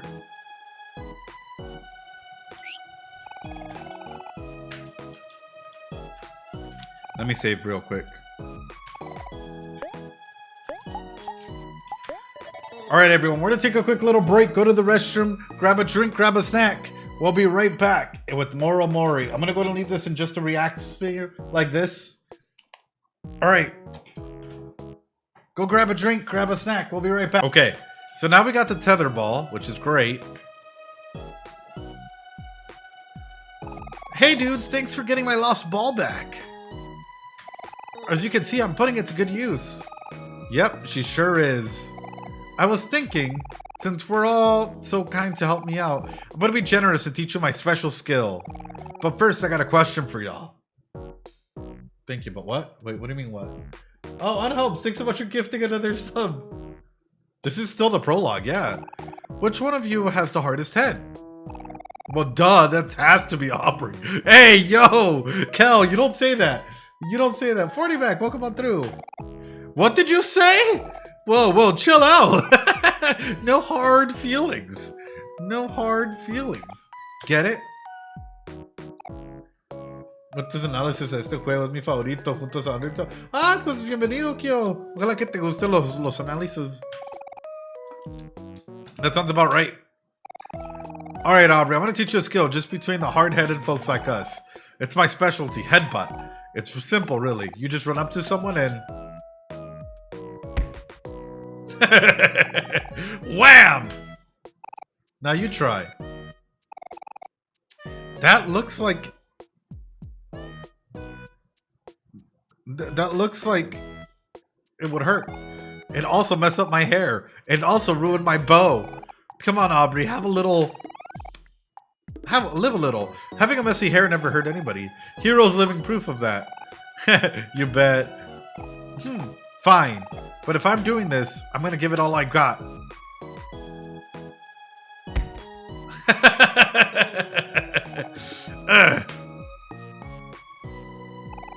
I feel dizzy. Well, nice one, Aubrey. I knew I saw talent in you. Congratulations. You've passed the test with flying colors. Huh? What's happening? From this day forward, I hereby declare you a bona fide headbutter. Aubrey learned headbutt. And take the certificate. Show your friends. I'm sure they'll be proud. You got a butt certificate? Okay. I know, hero catching a stray just randomly.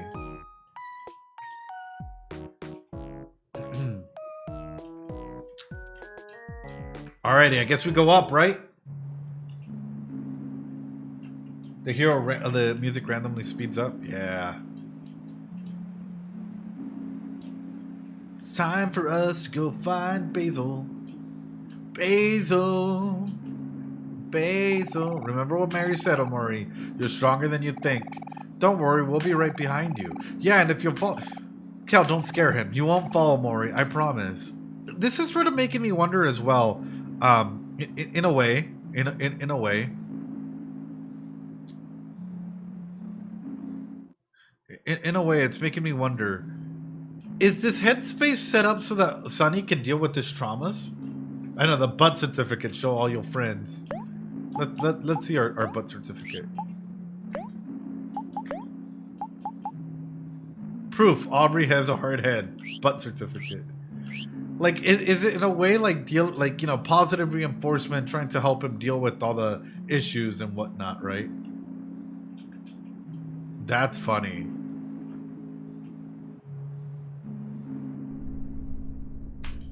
Oh, oh no.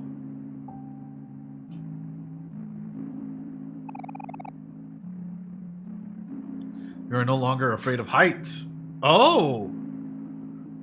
Okay. We battled through our insecurities.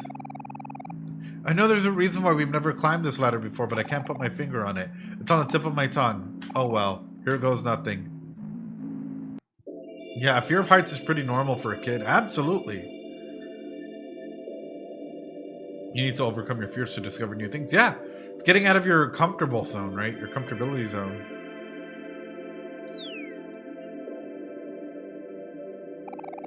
Wait, hold up, guys.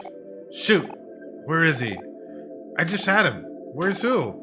Hector, my pet rock. I swear I just had him in my pocket. No! Hector! He must have fallen out of my pocket when I wasn't paying attention. I'm sorry, Hector. I should have been more careful. What's the big deal? It's just a rock, right? Don't you dare say that. Don't you dare say that. He's not just a rock. He's family. Don't worry. I'm sure he'll turn up soon, Kel. Probably. I sure hope so. That was Hector, y'all. Wait for me, Hector. I'll find you. I promise.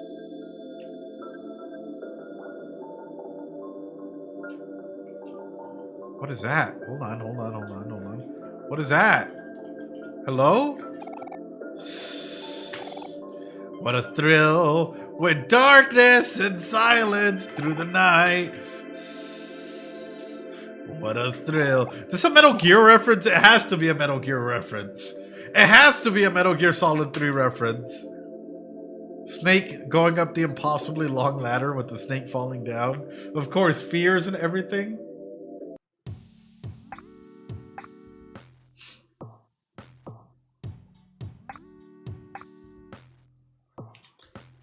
Oh. Oh.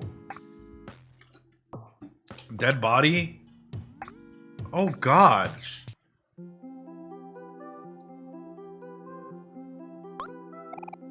First,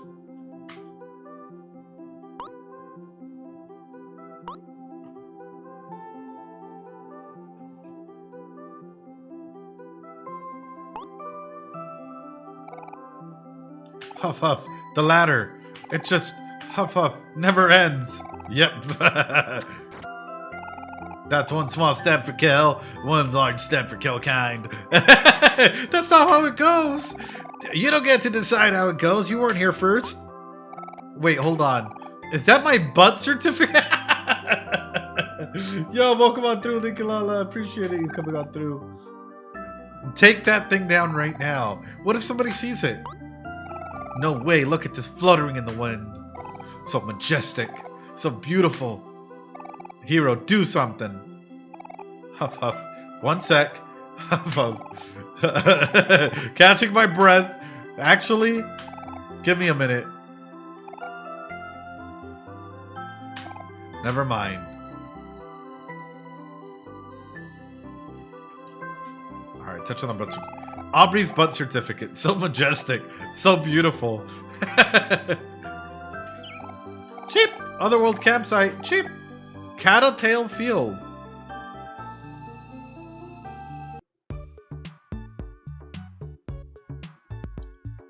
Oh, the other world.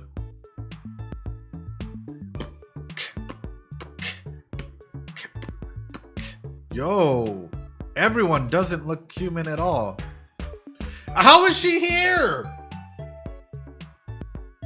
How did she get up here with all the picnic stuff before we even got up here?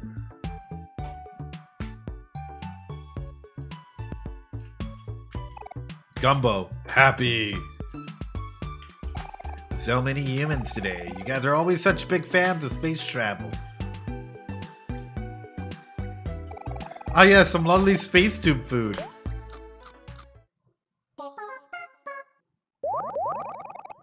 You and your friends feel like new. Welcome to the other world, an unofficial pit stop for wary space travelers and popular family-friendly camping sites. Ah, don't you just love the smell of firewood and the sound of running water and the crisp space breeze? It all makes vast emptiness of space a little more bearable, don't you think? Oof. Yes, yes, valued customer, welcome to my shop. Buy something. Ooh, a banana smoothie. Rubber band. No worries, Nate Joke. I appreciate you. Life Jam 300. Inflicts happy on a friend. Oh, I'll have you know I don't appreciate window shoppers. I know. A floating mirror. Your friends smile warmly behind you. Horse water. This guy looks pretty intimidating. Do you want to just... Is that Pluto? Is that Pluto? Hold on. Let's save? Because I think that that's Pluto.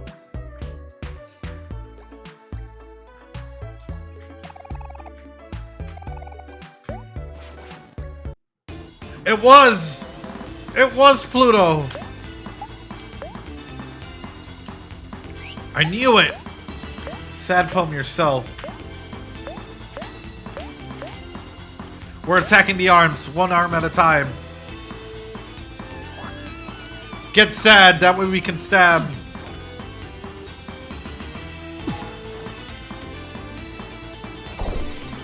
Oof. Oof. No! Hold on, Omori! Now he's angry instead of sad.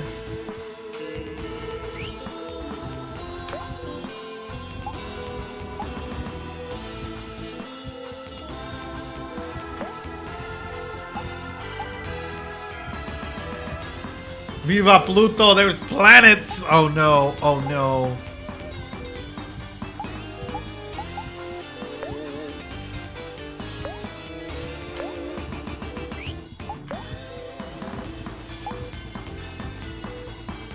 Stronger when Aubrey's angry.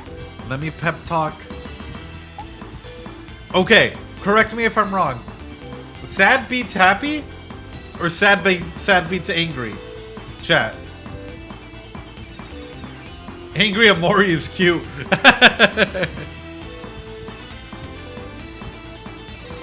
Sad beats happy, that's what I thought. That's what I thought.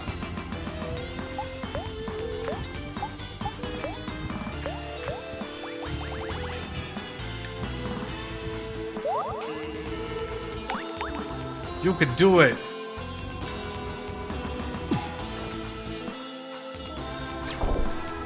Yo! Hold on. We got an owl raid in the house. Yo, welcome on through. Oh no. And he died as Owl comes in. Welcome on through, Angry Owl peeps. Welcome on through. It's the Owl raid. How was your stream, Angry Owl? I hope it was good. I hope it was great. I hope you're excited for TwitchCon. I know that that's coming up in a month or so. In case y'all don't know, Euro Brady, Angry Owl Cat, Saidere, and Komi from Comedia, we're all holding a panel at TwitchCon San Diego. Make sure to go check us out. We'll be there Friday. It was moved to Friday at 1 p.m. So it'll be absolutely amazing. Show them that love and support. And Mods, if you can give a huge shout out to Angry Owl Cat. She's absolutely amazing. Give her nothing but all the love and support and everything available, if y'all can. Do you have to make the arms happy too? I mean, if I do, that's going to be a lot, right? You killed Hero. How dare you? No, no, no, no, no, no.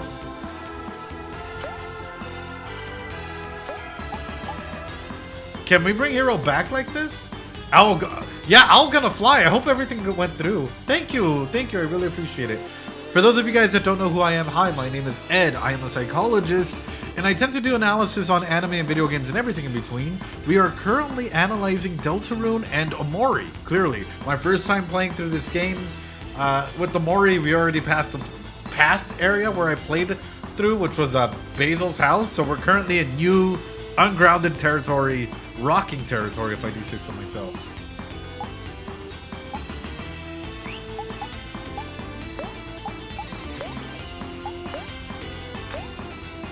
Come on, we have to keep attacking her. Wait, hold on. For you, skill, headbutt the arm. Yes! He's up! He's up! The right arm took 49 damage. Oh! Oh! Left arm flexes and feels its best.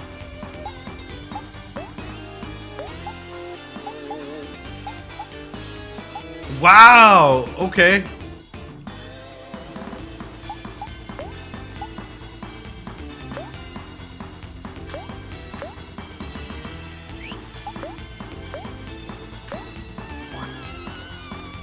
Come on, we can do this, we can do this, we can do this. We can do this, we can do this. Yes, eat that cookie. Oh no, oh no. Strikes a pose. No, Aubrey down, chat.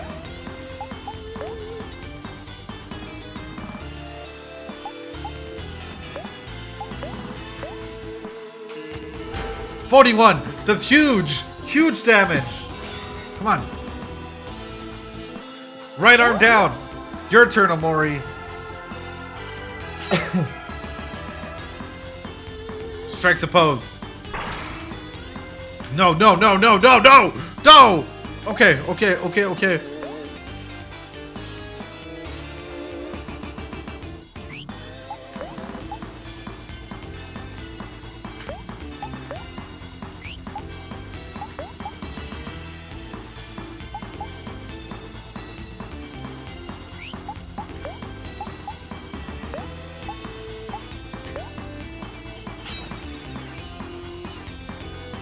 Apple juice, go. There we go. We're back. We're full. Oof. Oof. Oof.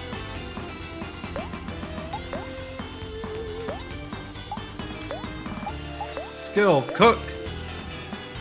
Cook for yourself. 49. We're up. We're up. We're up. Oof. Oof. Omori's down. You kids fought well, but you lack trading. Wait, if Omori's down, everyone's down. Wait a minute. Do you want to retry? Yes. Yes, I think there's a way to do it. I think there's a way to do that. Difícil. Sí, está bien difícil. Game over. And that'll be the thumbnail. It's just a game over screen. Party can't fight without its leader. Truly. Okay, the skill. Sad poem yourself. Aubrey skill. Pep talk. Pep talk the hand. Annoy Aubrey.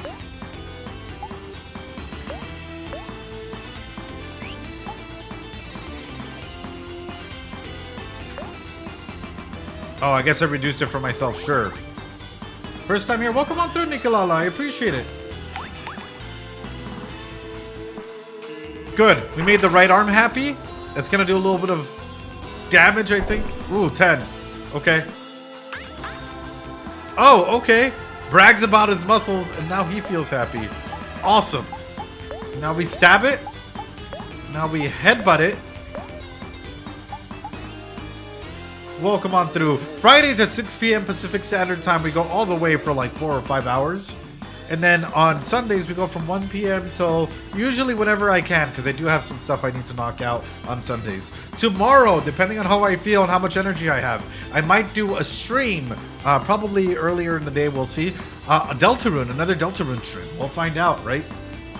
I'll keep you guys updated in the Discord as the night goes on today.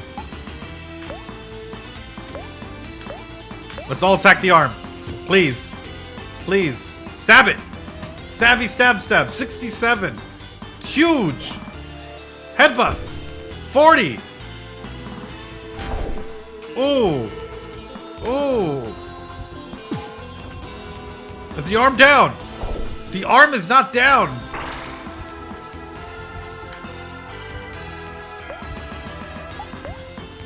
How is the arm not down? All right.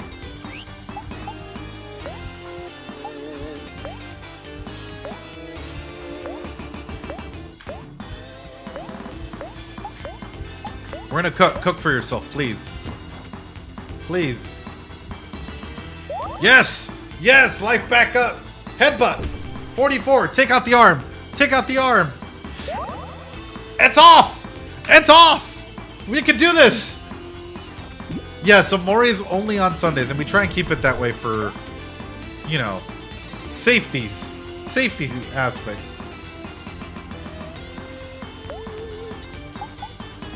Okay, I do have a jam, but I don't feel like using it because you never know. So I'm gonna go ahead and use her skills to pep talk. Crap, it's almost out of juice.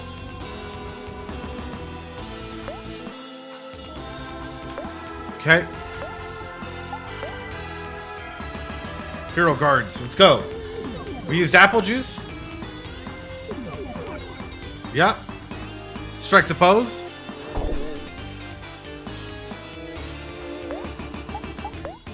Stab it. Oh, wait. Before we stab. Okay, I'm gonna use candy on her. Bam. I'm gonna have her attack. Or no, not attack. Pep talk the hand. Switch. To pep talk the hand. Okay. I'm gonna have him guard. And that way it does less damage. Si se puede. Si se puede. Más o menos si podemos. Left arm feels happy. Ooh.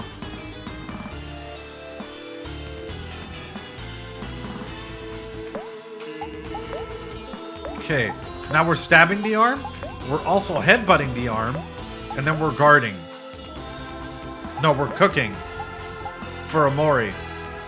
Stab the arm, 66. Headbutt. 36. That's 90 something damage. Okay, what about cooking? Good, Omori's up.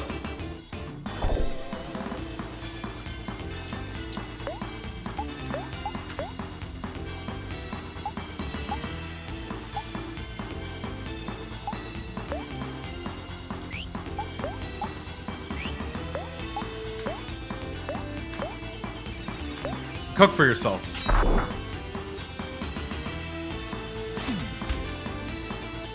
I really saw my main character energy in a bit. Oh no, they're down. Oh!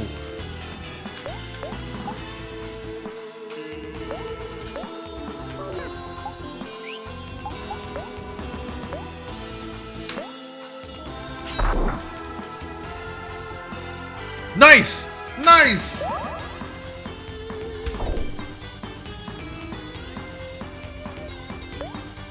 Nice! That was 120 damage.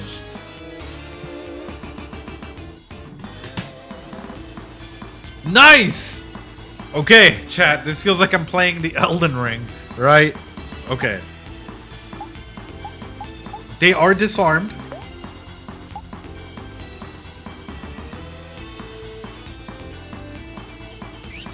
Should I attack or heal up? What do you think? Or attack or use my juice? I can also bring a person back.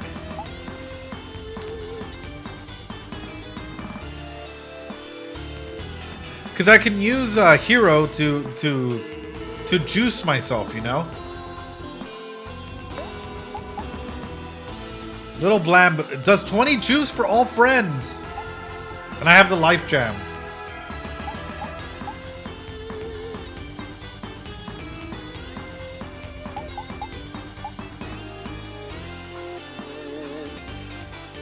Heals 25% of juice.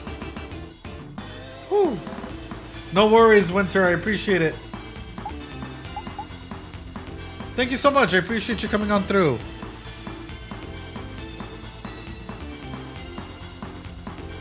Who do I bring back? Aubrey?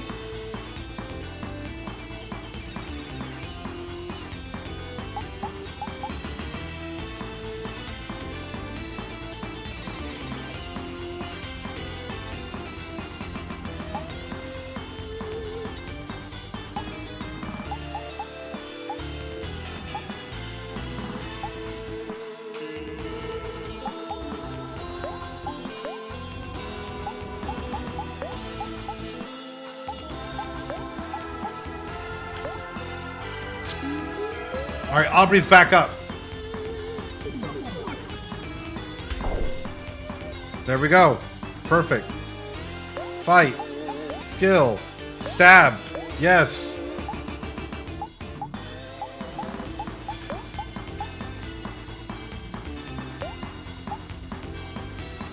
Give some over to Kel to keep us alive. And that way, Kel, for this round, you're just going to guard. Reducing damage taken for 1 turn. Yes. 66. Okay. Hero. My bad. Hero. Ooh.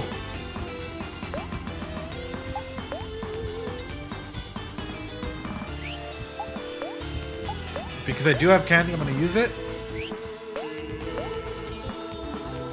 Yeah, I'm going to use candy on myself. I'm going to headbutt.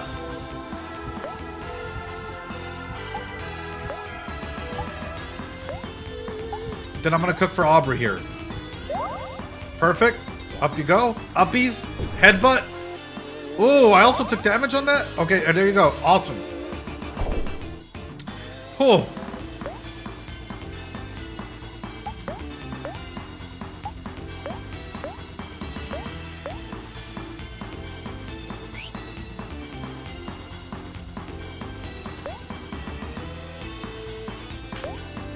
We can do this. We can... Oh! We can do this. We can do this.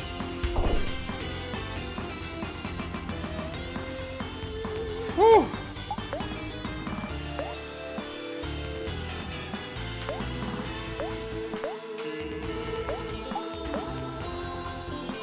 Come on. No! I accidentally pressed look at Omori instead of... What a splendid show of force. Oh, they're expanding?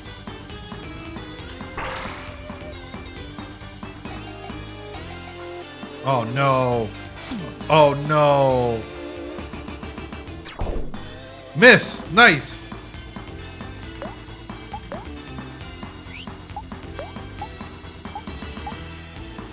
I can get... Oh, heals 20 juice to all of my friends. Yes. Let me guard.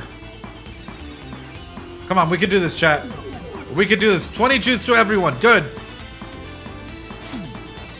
Good. Good. Oof. Stab. Headbutt. And now you cook for Omori. Stab. 62. We're fine. We're fine. Lock the fuck in. Ooh! Omori's out! Omori is out! Come on, take him out, take him out, take him out, take him out, take him out, take him out. Attack again. Do it, do it, do it. We did it! We did it! Whew.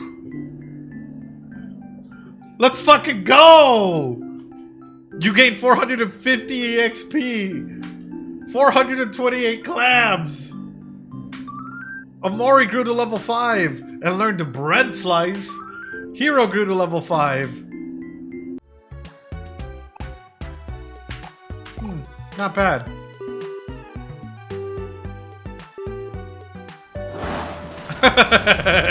And then it just goes away.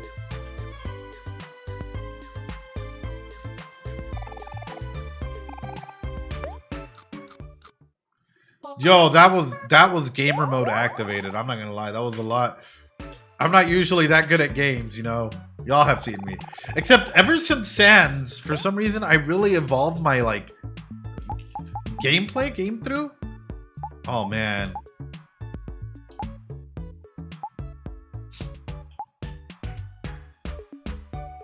Deals damage to a phone, reduces their defense. Okay, I like that. This one was nice. Heals 25% of juice. Heals 50 heart. That's pretty good. Alright. I should probably get another banana smoothie. Yes! But it's interesting how we're literally playing... We're literally playing with things that are out of this world, huh? Do you want to have a picnic with your friends? Yes! Please, in space. When I grow up, I want to be a space pirate. And I'm going to travel all around the universe. Our search for Basil has taken us pretty far from home. If traveling the universe is what you want, you definitely have a head start. I wonder what kind of friends we'll meet. What foes we'll face. It'll be an epic journey to end all journeys. You're way too carefree about this, Kel. Did you forget that we're looking for Basil? Remember? Our dear friend Basil who needs us? Yeah, I know. I'm just trying to be positive. Are you? I have complete faith that we will save him. Besides, the heroes always win. Isn't that right, hero? Very funny, Kel. Aww. Aww. And he's like in child's pose, hugging himself. Yo. Yo, Unhopes, thank you so much for gifting out another sub over to Luby Groko. I appreciate it. And Lousiest Raccoon, thanks so much for resubbing. Hydration check. Thank you. I appreciate it. You absolute legend.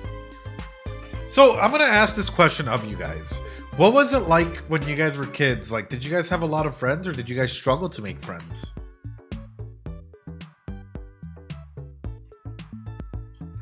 It's cute. Yes, please. I'd like to save. That was a... Why does it say roller?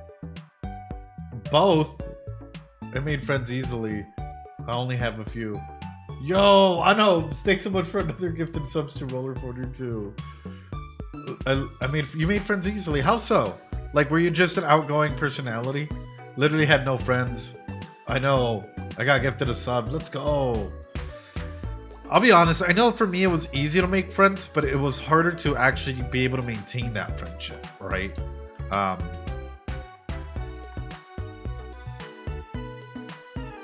It wasn't hard to make friends, but it never felt, yeah, I'm a chill guy, I guess. Yeah, from the sounds of it, right?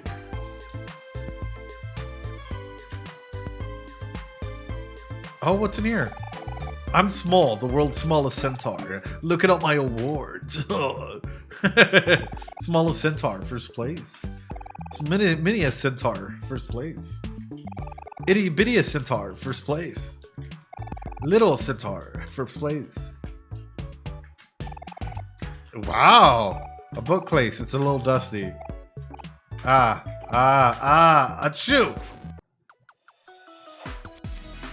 Now we have to fight a dust bunny? Aww. Some are friends I keep at arm's length. Others were more acquaintances to what I call friends. Yeah. I feel like oftentimes in school there's this weird expectation. There's this weird expectation as to like how fast you should make friends and stuff like that. And it's like, is that realistic? I don't know. I don't think so. You know? Alright, let's attack this dust bunny. Trying to keep itself together.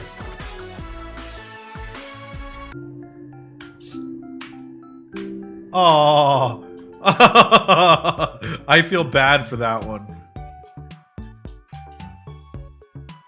Oh, okay, damn. And it has a cute little antenna. Oh, it's one of those antenna TVs. That's so cute. Most horse, second place. Little centaur.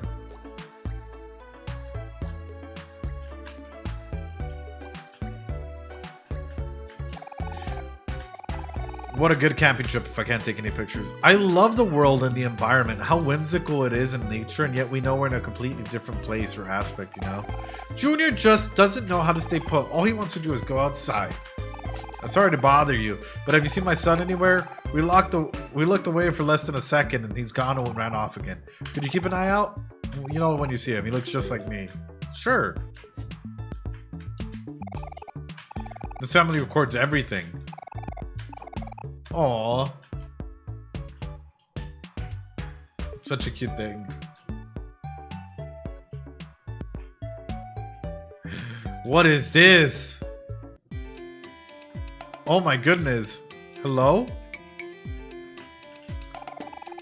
Obnoxious looking person. Hi, I'm Pessy, and as you probably noticed, I love Sweetheart. I get every piece of merchandise she's ever released. I got Sweetheart posters, figures, stickers, shirts, her entire discography, and anything else you can think of. I'm certain you won't find any more thorough collection than anywhere else in the world.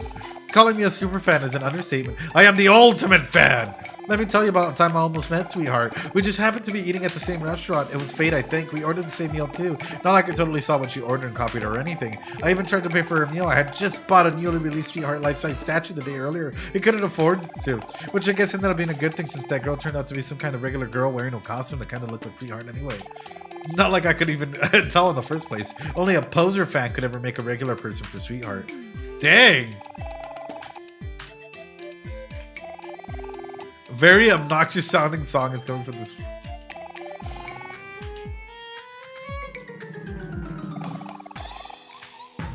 I like the little turning it into a song. That's badass.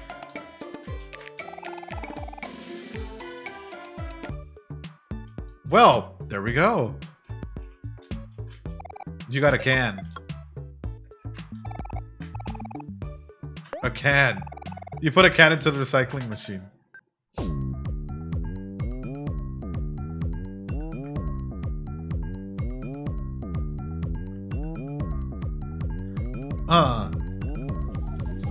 Do you, Nicolella? Ooh, when I'm done with the Omori, I would love to read it. Dispense 5 clams. We waited that long for 5 clams? Recycling does pay off. Came out here for a long time now. I heard that Captain suddenly said he wasn't going to travel anymore, so he took the crew and left. Ooh. How, children? You're now entering the vicinity of the space pirates. This master of the solar system, the prince of the universe, the one and only Captain Space. But I mean, you're entering the house of space, boyfriend. Whoa, the captain of the space pirates lives here? That's awesome. I want to be a space pirate too. Well, so did I once. Space boyfriend doesn't do much these days, so most of the space pirates got fed up and left the main ship. It's just us stragglers. We're doing all of space boyfriend's chores or whatever. Yeah, me and the guy spent the entire day cleaning and throwing away all his trash. Are you space pirates or are you just his minions now? I didn't leave my old job for this. I ain't no babysitter. Oh, I'm sorry. That sounds awful. Maybe we could talk some sense into him. Oh, I wouldn't do that if I were you. Captain Space boyfriend got two sides to him, you see? We should at least try, you never know. He might know something to find Basil. Or maybe he knows where to find my pet rock, Hector. Yeah, sure, that too. What are we waiting for? Let's go see him. Sorry about your job, sir. But I'm super obsessed with Sunny. It just focuses on him. Well, cool. That's awesome. Yeah. Yeah, you're right. You're definitely in the right stream. Maybe we got something similar. Maybe we got some things apart. Especially as we finish up the game, you know? Thank you, little lady. I sure hope so. Awesome. All right, we got... Okay, what are you? Oh, the view here is spectacular. Oh, okay, not anything weird. Squawk! Things haven't been boring around here ever since Captain Space Boyfriend took charge of Space Pirates. I mean, look at what Space Boyfriend's done with the old captain's ship. Captain Pinkbeard would never approve of this. Ah. Buddy, it sucks that you had to come at a time like this. I see. Space Boyfriend, what can we do for you, bro? Why don't you leave your bed? All I hear lately is the rest of the crew complaining about being bored. Am I the only one who enjoys cleaning around here? Well, I want to major in college and well, good. I'm glad. That things are a little tough right now, but I don't care what anyone says, pal. I believe in the captain. Captain Space Boyfriend hasn't left his bed since she stopped coming around. Aw. They're depressed. There's no cassette type inside. Cough. Cough, cough. Uh-oh. Captain Space Boyfriend doesn't look so good. Don't worry, I'll handle this. Hey, Space Boyfriend! Wake up! Kel! Cough! Cough! Ugh! Cough, cough, cough, sigh. My precious, my sweetheart. Oh, he's heartbroken. He sounds so sad. There must be some way we can help him. Cough, cough, cough. Oh, my sweetheart, where have you run off to now? Oh.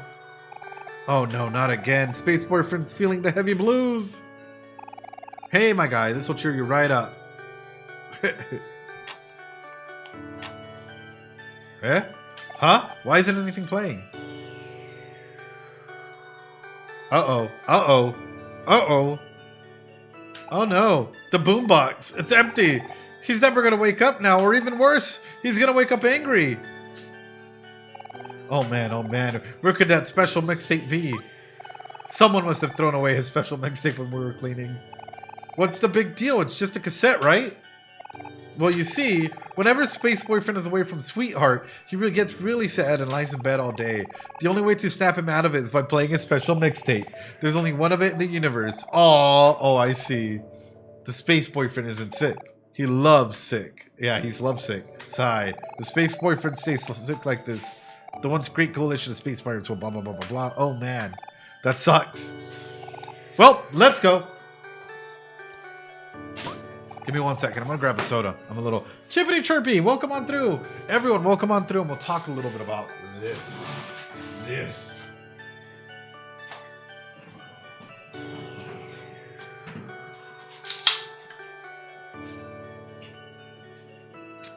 Ah. Super cold. It's a nice and like cold Coke Zero. It's weird. I can't drink regular Cokes anymore because they're too sugary. Like, we should help him out too. You should really know what it's really like to lose something important to you. Yeah. Don't you dare bring Hector into this. I'm talking about your when you stole my stuffed toy. Oh, I don't remember anything like that. Oh, cough, cough. Oh, sweetheart, my perfect goddess. Cough. My sweet jelly-filled donut. It's a donut? Yeah, we have to help him out. We gotta help out a bro. Thanks, guys. I really appreciate it. Here, take this.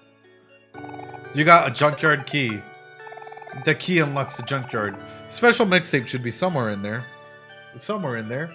You can't drink Zero. It doesn't taste right for some reason. Yeah, it does have a funky, like, especially trying to taste it, it does have a funky aftertaste, right? I just want to see him happy. Absolutely. Oh, okay. I guess we can just go through there. You can get through the secret entrance to Space Boyfriend's backyard. Perfectly convenient, huh? Hell yeah. Hell yeah. Oh, okay. I guess we're playing piano.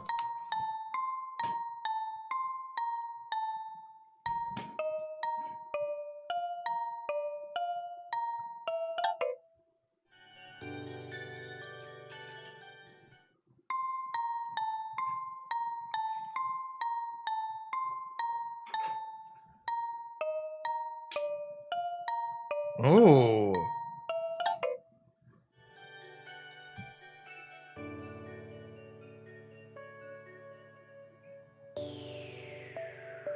Ooh.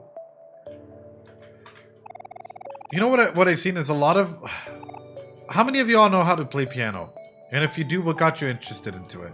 What I've noticed is, at least in games, is a lot of characters that are really sad to pick up an instrument to try and learn it. For me, I first learned how to play the drums, right? I first learned how to play the drums. I was a percussionist in marching band, concert bands, all the way even through college. I used to play a lot of percussion, a lot of drums, right? Which was my go-to thing before I became a drum major and whatnot. And then from there, I learned how to play like the marimba, the vibraphone, whatnot. So I learned how to play piano as well in college, a little bit. Bass player, oh yo. Space, the final frontier. These are the journeys. No! Is that Pluto? We really done it now, dude. I'm trying to learn the Undertale soundtrack. Oh, dang. I hope the captain won't be too mad when we tell him his favorite planet is missing. You know how he gets when he's angry. Buddy, you're supposed to not call him captain anymore. You have to call him Space Boyfriend, remember? Oh, yeah, right. Right. You know, dude, sometimes I wonder if we're even space pirates anymore. Ever since that sweetheart came along, we haven't done anything cool. We should just quit and get real jobs. Don't talk nonsense, buddy. What is life for us if not space pirate life? I'm sure the captain will come to his senses one day and we'll all fly again. We'll just have to leave him behind. Thanks, dude. You're always there when I need you. Aww. You're now majoring in it, but can engineer a whole complex system? Yo, one hopes. That is amazing. That's absolutely fucking amazing. I love... I have a lot of cool engineer friends, and they always surprise me by, like, what they're working on. Oh. Okay, I guess it's... I wish I could play piano on Omori songs, but all I can do is name all 179 of them from memory.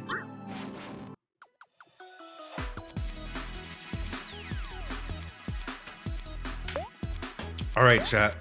It's a wormhole. Ha! Ha! A wormhole. Okay. Let's see how strong it is. Let's see how strong it is. Ooh, okay.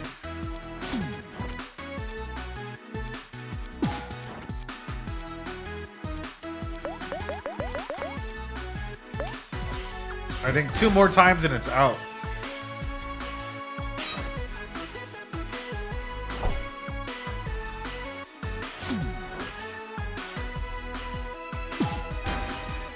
Woo!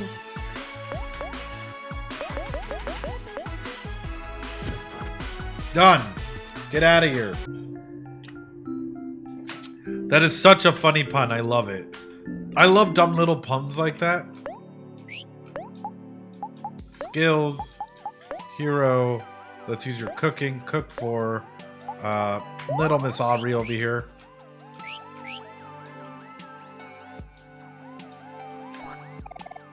We got a backpack. Holy shit. Okay. My good men, I'm looking for some art. Fear not, for I will know when I have found it. Oh, okay. Trash man over here. Looking for some art. Lovely weather, isn't it? Cheap. Otherworld lake. Cheap. Otherworld campsite. Cheap. Junkyard. Okay, thank you. I love, okay, the fact that we're coming up and sort of exploring the different areas and realms and whatnot. Like, this kid, Captain Space, whatever. Do we really think that they were an adult, or were they more than likely a kid or a teenager that was playing with other kids, fell in love, and more than likely got lovesick or got love hurt or whatnot? Because all of these individuals were just like, I don't know, not anthropomorphizing necessarily, but like we're changing their habits or their things from humans to whatever creatures they might be, right? Except for our own friends, which is interesting. Like, did Omori only connect with their friends and everyone else was like alien to him? A lot of good questions. Welcome to the junkyard, yo.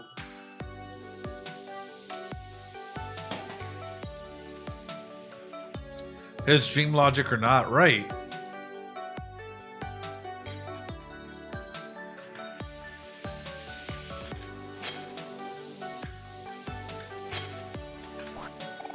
A rubber band, nice. A gold watch, yo! A granola bar, hell yeah! Need that Captain Space Boy friend lore, right?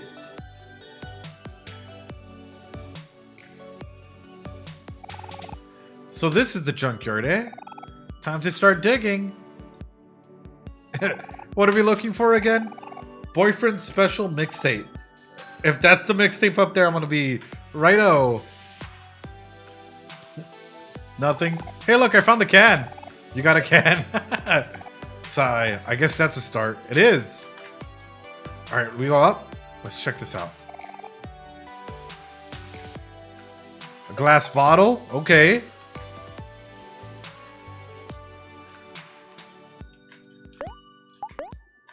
No, I have not been. Useless in battle. Luck +3. Yo. Defense +2. Oh, we definitely got to get the defense up for him. I didn't even know we could do this. Wait a minute. Makes a weird noise when you punch it.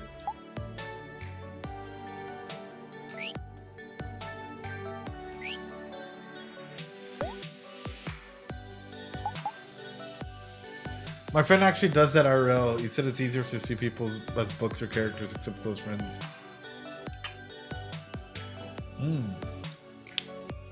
You may have equipped weapons too. I mean, I probably could have. Who needs better luck? 8?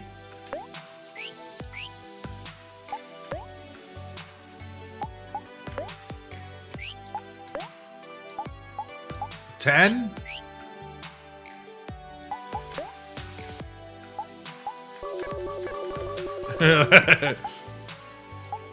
Okay, this one gives me a higher defense, which is good, but not higher luck, you know?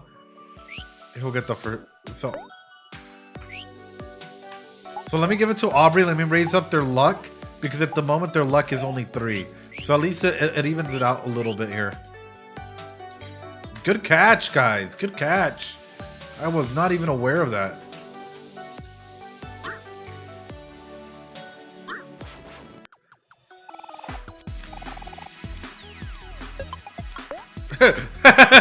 Kella's digging through. Dude, I love the other world's purple color so much.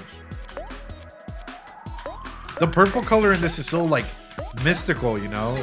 Ooh, 16? Oh, 19? Yo, we need to get rid of them quick. 24, come on.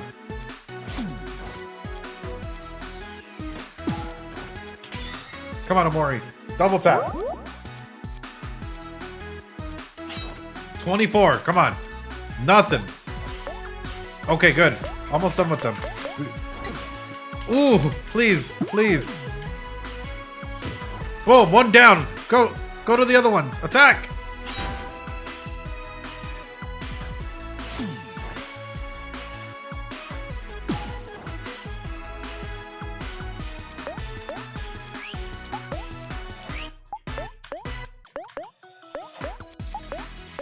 Come on, cook for Aubrey. Oof. Oof. No worries. Love you, Raikow. I appreciate you. Have a good night. Be safe. Yes! It's down! 224. I like how... And they all go to level 5, level 6.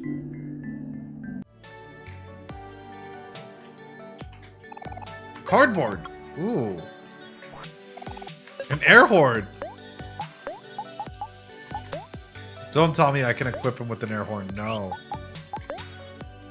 No. Okay. Damn. Damn.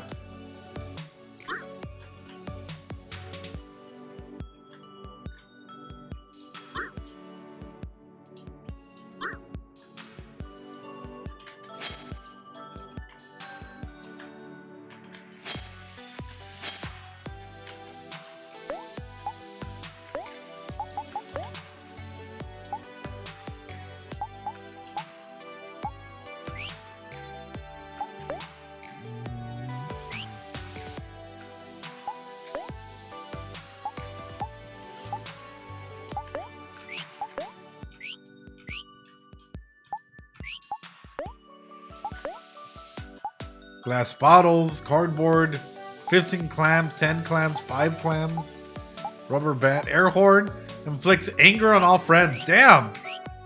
Yo! This is absolutely amazing. There's so much to take in. You might even call it a roadblock, get it? Nice. Not to everyone. This big old block is nothing compared to my swing. Okay. Hey, Omori, you know you can cut routes and traffic cones? Well, you're not the only one with a special ability here. I, for one, can smash large blocks out of the way. Kel and Hero have their own special abilities too, though. I'm not sure about Kel. Okay. Just make me the leader by selecting tag and holding holding A? Tagging the player. Okay.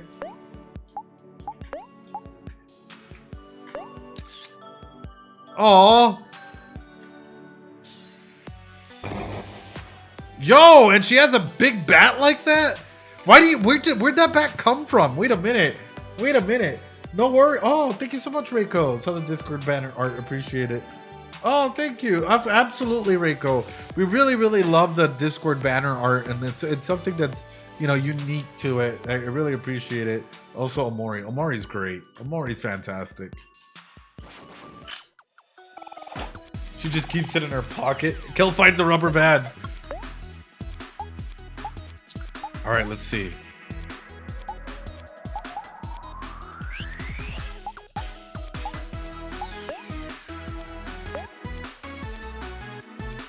I'm gonna be sad. I'm gonna get sad for a second here, okay? I'm gonna get some candy. Cook. Make sure that they're able to go ahead and sustain themselves here. Get sad. Good, good, good, good. She has extra large pockets. Yes. Nice.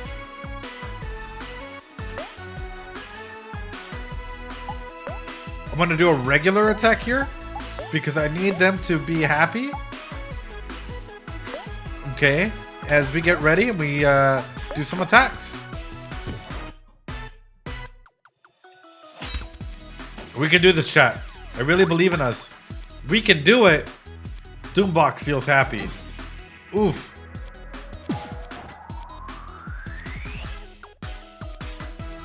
Why is he angrier? Alright, I'm just gonna stab.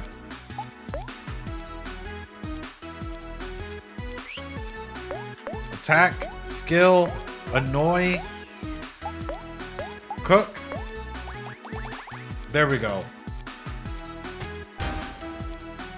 It was a dull attack. It took 54 damage. Let's go. Let's go. 214 XP, 21 clams. Interesting though that like affecting the other individual's emotions is sort of what's key to victory in here, right? Having that ability to influence the other people's emotions. We got another can. Another glass bottle here. Here we go. Kel's digging through another rubber band. Okay.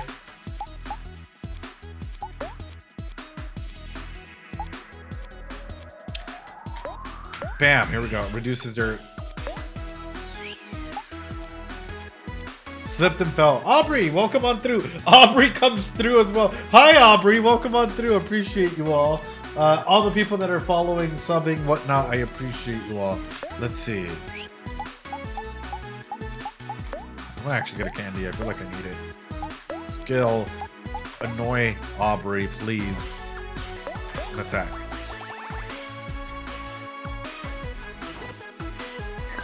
Dial up took 50 damage. Yo.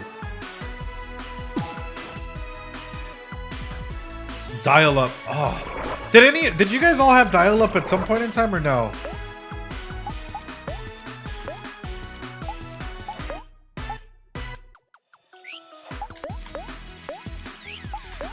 I remember I had dial-up for like the longest times, and I remember just, please do, Raikow, that'd be amazing.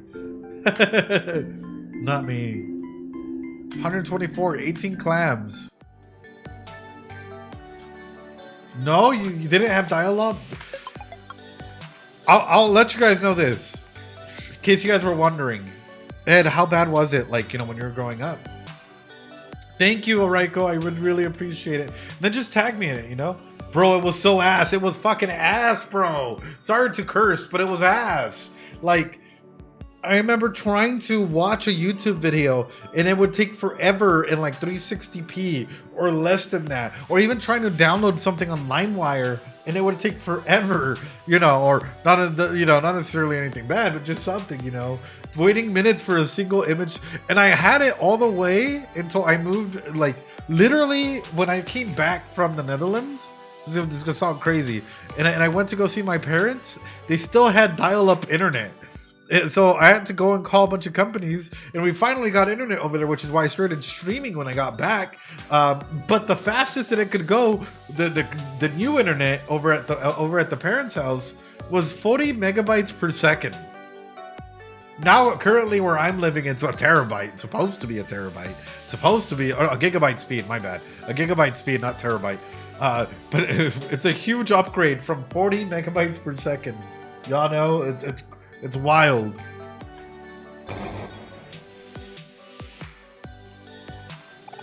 Oh, the flower puzzle, we got it!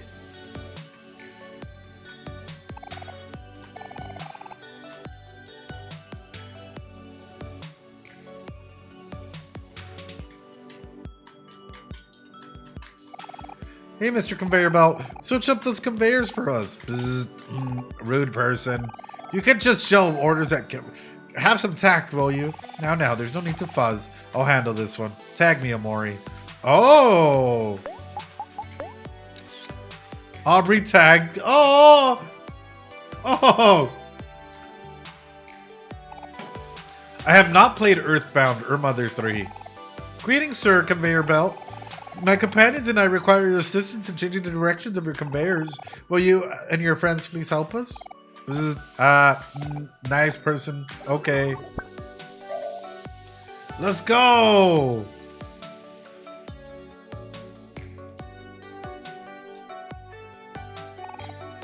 Oh, we got ramen from... Okay.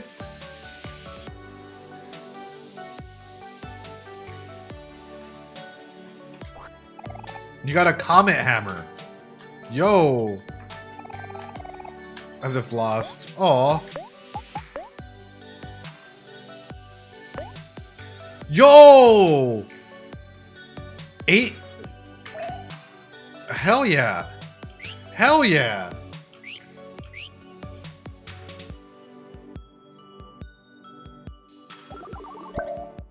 I can hold to tab as well. I'm holding tab. It's not working. It's not working. Oh, okay. Oh, that's so sick. Okay. I see how to do it. Thank you.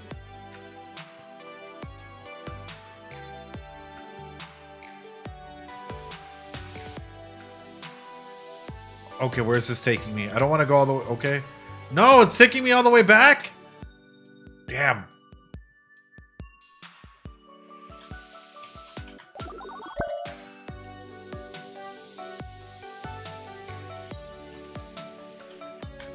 By the way, if you guys are going to...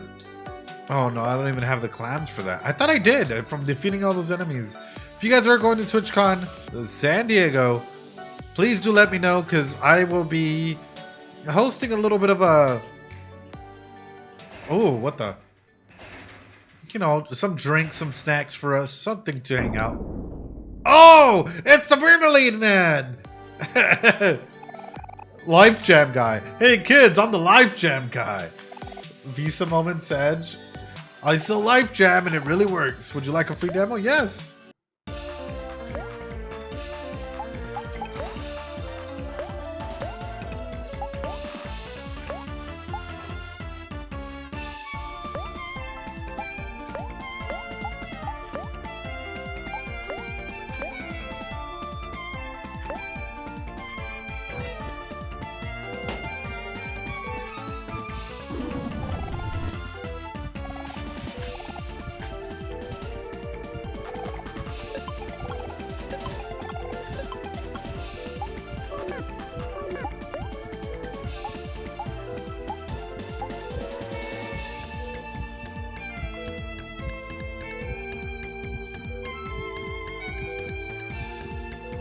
You live in another country? No worry. I do plan on, hopefully, and with all of your guys' help as well, go to TwitchCon EU as well.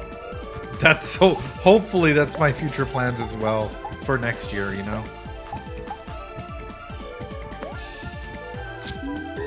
Hero Rose again. Oh!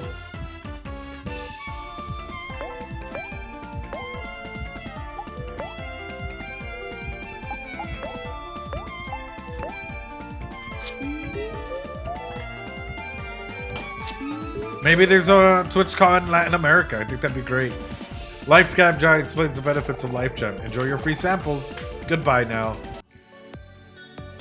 That wasn't really a free sample. I'm kidding. I know you loved it.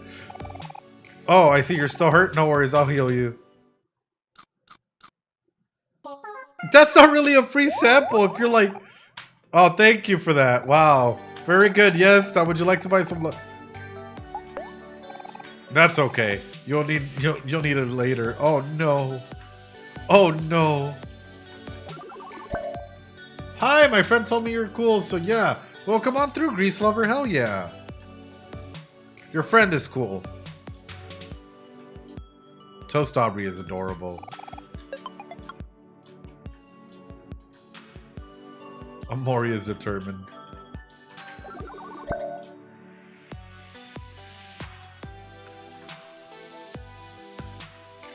Okay, so I'm guessing we got to get out of here. Yep. I love these little trials and tribulations that we have to go through, you know? Like... Life Jam guy is so threatening. Next Deltarune, maybe tomorrow. Depends on how I feel. That's a big thing, because it is my only, like, rest day, like, aside from Saturdays. Just because, well, there's a vacation or a holiday tomorrow here in the States.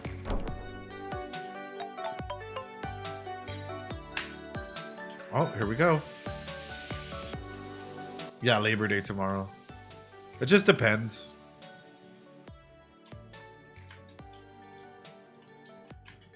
A photo of someone familiar.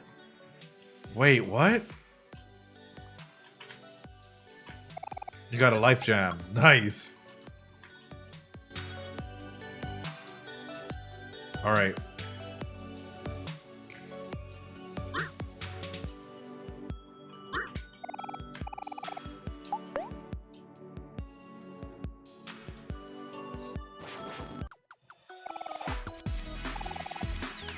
Kill finds a piece of tofu. All right, let's attack him.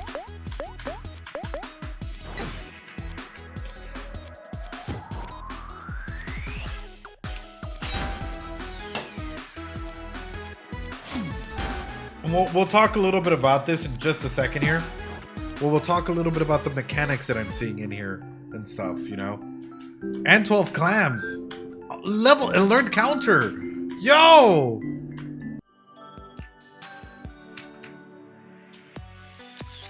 Oh. Oh. My sweet boy.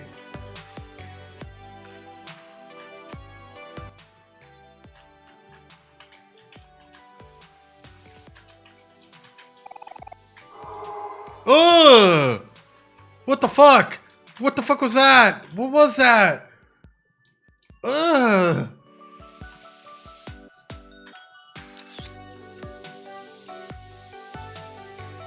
Oh!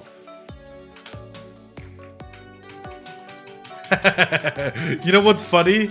I can't choose Kel. I can't choose Kel. Yeah.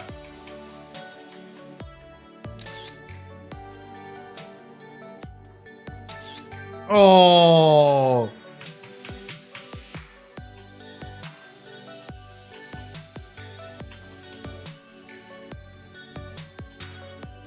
Oh, okay. My bad.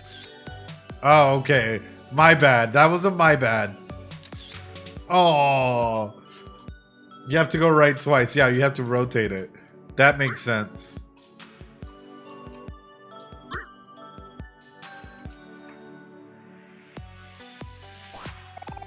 Lemonade.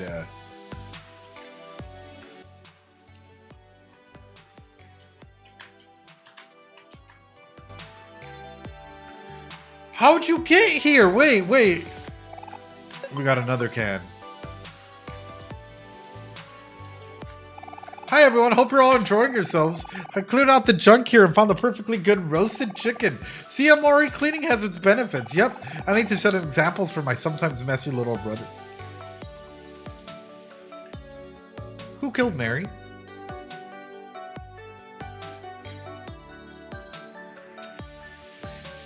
That's my question for you all. Who killed Mary? How does Mary die? How does Mary die? Who killed Mary?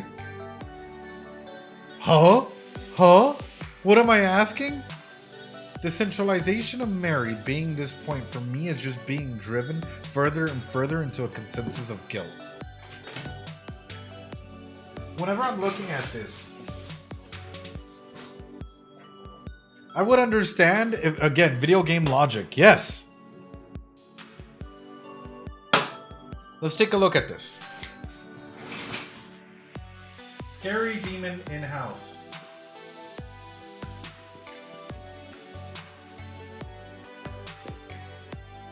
Mary teleports. Not part of a team.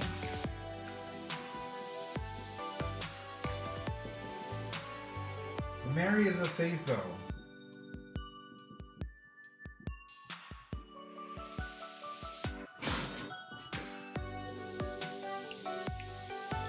Mary is a safe zone.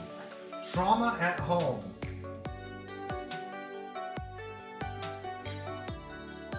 Mary not at home.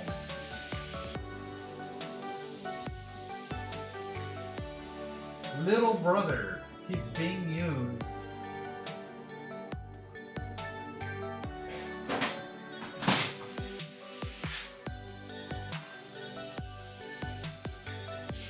Did I spell it wrong? Yeah, I spelled it wrong. I spelled it wrong. Just probably.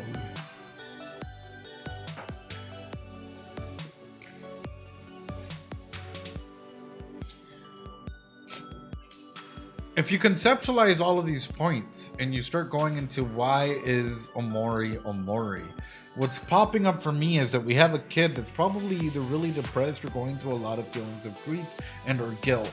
And in this dreamland, we keep seeing Mary being the safe spot, the safe zone that kids are able to interact with, have a picnic, be able to save. Everyone else joins your party, but Mary doesn't. Why? Why? Unless you're telling me that Mary, right, is not part of the team or anything like that because we do not want to see her in another light. We all bear witness you're suggesting this. No one in chat has said this. The reason why Mary simply forgot her keys, she's probably in college. The reason why I'm breaking this down is this whole aspect of little brother, right? Trying to retain. Yes, I did, Nicolala. Yes, I did. Trying to retain the innocence of the little brother that is in there, right? So your brain, I'm guessing Sunny's brain, has conceptualized Mary as someone that shouldn't get hurt, that shouldn't be a part of the team. Everybody else in this team can absolutely get hurt. Everybody else a part of this team is going through their struggles and whatnot. But how have we seen Mary been? Nothing but positive. Nothing but amazing. Mary is teleporting. Mary is being that safe zone. Mary is us and being like, oh my God, it's Mary. It's this, it's that. We're actually relieved as gamers to see Mary. Says the pharmacy tech. The jump scare in the restroom, all of these things, the trauma associated that Sunny has at home. What happened? Something must have happened to Mary. I'm not saying that like, oh, you know what, everything's golden in speeches, but I'm guessing something major. Either Mary died, someone killed her, something major happened to Mary in order for Omori to conceptualize his safe space and make Mary a safe person. That is why. Mary teleports, she's not part of the team. Mary is a safe zone, even though the picnic underneath her is red, right? There's clearly trauma at home. Mary is not at home. This instance of being a little brother, little brother's in there, little brother's going through whatever, right? Something major must have happened for Mary, so that Sunny has created Mary into this, or Mari into this first safe zone, and us going through this and experiencing this and her jumping around only suggests for me that Mari is in semblance of unfiltered grief. And you might be like, Ed, what? And here comes in the main thing, right? This is why it's always good to go and consult a psychologist more so than others, right? Bam! Here's why.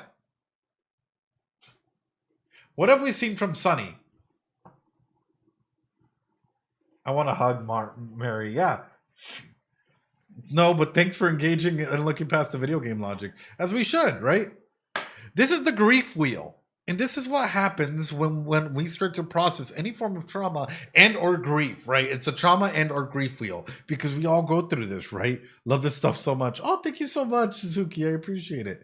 Yeah, I'm saying that Sunny has trauma. Sunny has major trauma, and Omori is a representation of that safe space or that trauma. And I'm guessing that there's probably another aspect of himself out there that is a representation of all the negativity and the emotions that do not come into this dream world, right?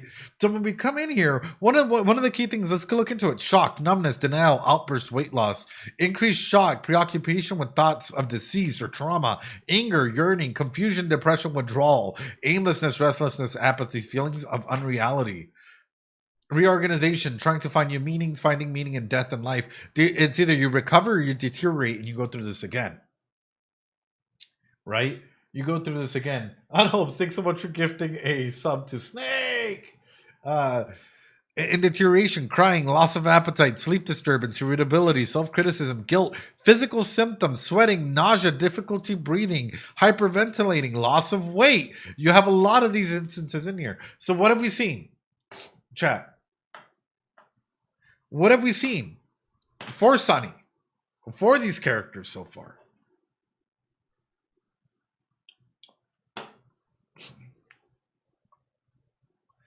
If he's gone through it, he's probably gone through the cycle of various amounts of times, right? And because again, once you deteriorate, you might go through shock again, protest, disorganization, whatnot. Use 100 to What I'm thinking is, more than likely, what happened was something major, severe happened in Sunny's childhood, i.e. Omori, right? Maybe something to do with Mary, maybe something to do with his parents and Mary, or maybe even further than that, right? That caused them to be withdrawn, right? Maybe feelings of apathy, maybe feelings of unreality. Hence, this delusional world that we're going into where Sunny is no longer Sunny, but Sunny is Omori. Sunny then going through all of this is trying to find new meaning through this trauma, through life and death, and then had to deteriorate again and has gone through this process. It hasn't really gone through the process of recovery, but more through the process of deterioration. That is a big element that's coming into me. Hence why me taking into account all of these elements of what is Mary, what is Mari altogether is causing me to wonder, is Mari the big portion of what is happening in here with this trauma? Is not even necessarily And like, because here's the thing: when people die, or when you go through a breakup, right? When people die, what happens? Chat. Total withdrawal, depression, at some point apathy. Yes, but what happens when a person passes away? How do we remember them as? For the most part, a majority of us try to remember only the positive aspects of things. They were there for us, they were good, but not. But when they're alive, a lot of us seem to only focus on, like, yes, there's positive aspects to them, but we highlight a lot more of the negativity, right? Because we have to deal with things like on the day to day. But when people pass away, we seem to highlight only the good things. And this is what we're seeing, what seems to be only the good things. Oh, sorry. I'm getting really passionate about this because my brain just clicked and it started clicking all of these things into place. Like click, click, click, click, click, click, click. Like everything just started clicking randomly. It was like at the randomest opportunity. But look at this. Even with this organization, right? Decreased socialization, loss of interest, and loneliness. That is the key aspects in here with this organization. With reorganization, you start to seek new interests, skills, new renewed aspects of resocialization. But guess what? When that doesn't happen, we go right back into ourselves. We go right back into ourselves. Whoa. Oh, that is huge. This is why it's awesome to come in here and even past that. We're about to do this. You ready? Chat, what is Omori's shadow and light self? We're not done, by the way. We're not done. This is just me clicking all these pieces together for y'all. This is legit just me clicking all these pieces for all of you. I have not played Psychonauts. Should we start talking about the 5 stages of grief? We absolutely can. Absolutely can. But let's go into this first, right? What are Omori's? Might be a bad girl then? Could be. Could be that she is. Could be that they're gone. What is Omori's? You made me shook in one key way. In a good way or in a bad way? I hope it's a innocent victim, creator destroyer. What do you guys think? Where are they at? Is a big aspect for Omori. By the way, these are Jungian archetypes, or otherwise known as masking attempts, between what we show others and what we tend to keep to ourselves, right? Innocent victim seems to be one y'all keep going, right? Innocent victim. Let's go with that. What else? This is Omori, not Sunny. This is Omori, not Sunny. Belonging? Follower, everyman? Sure, we can throw that in there. Innocent victim is here. Belonging, everyman, or everyman follower. Yep.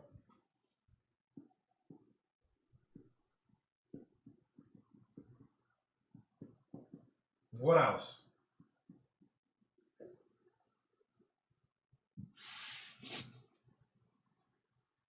What else? Is that it? Hero villain? The whole knife business? Sure.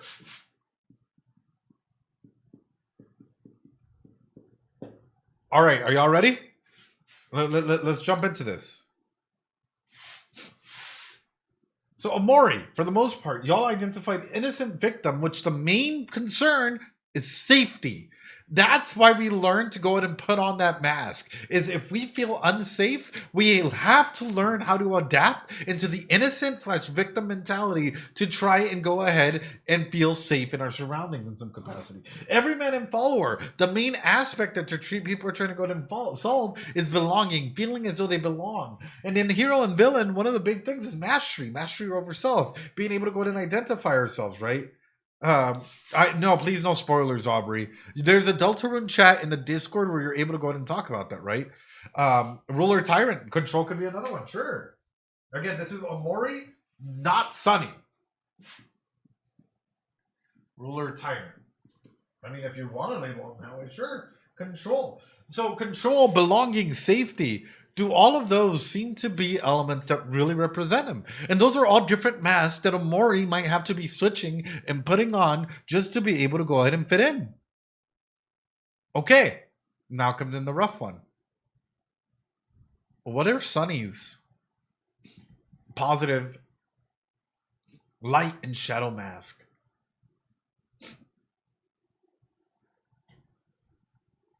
What are Sunny's light and shadow selves?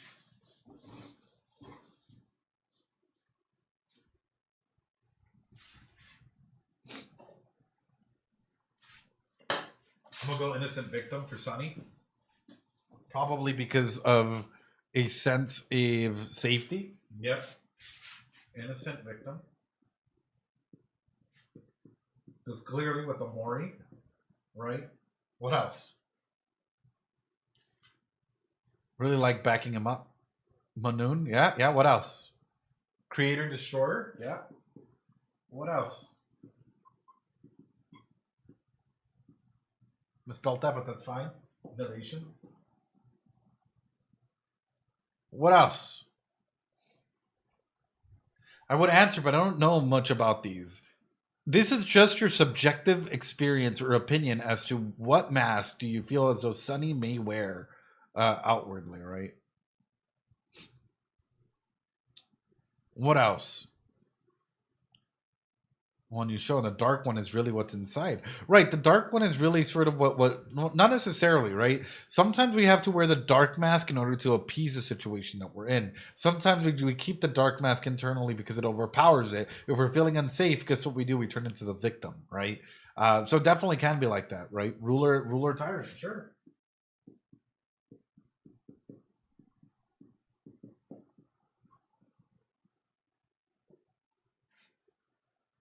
Anything else? All right. Y'all ready?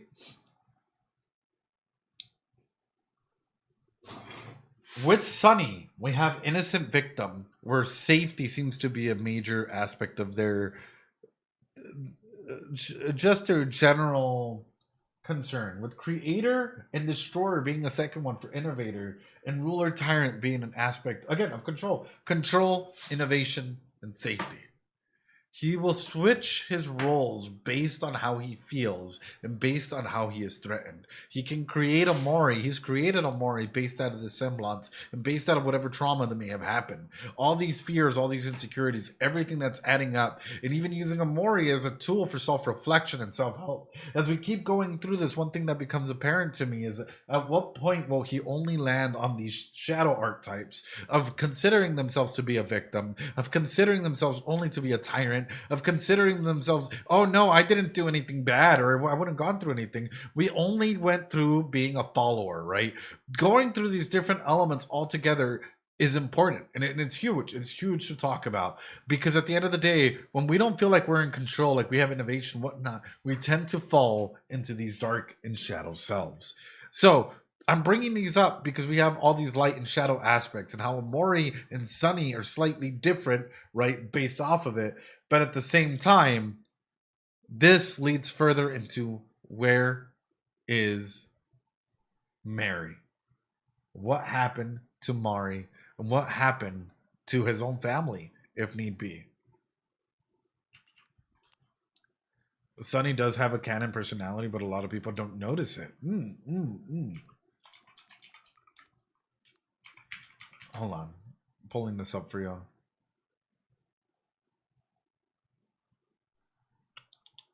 Where's it at? Where's it at? Here we go.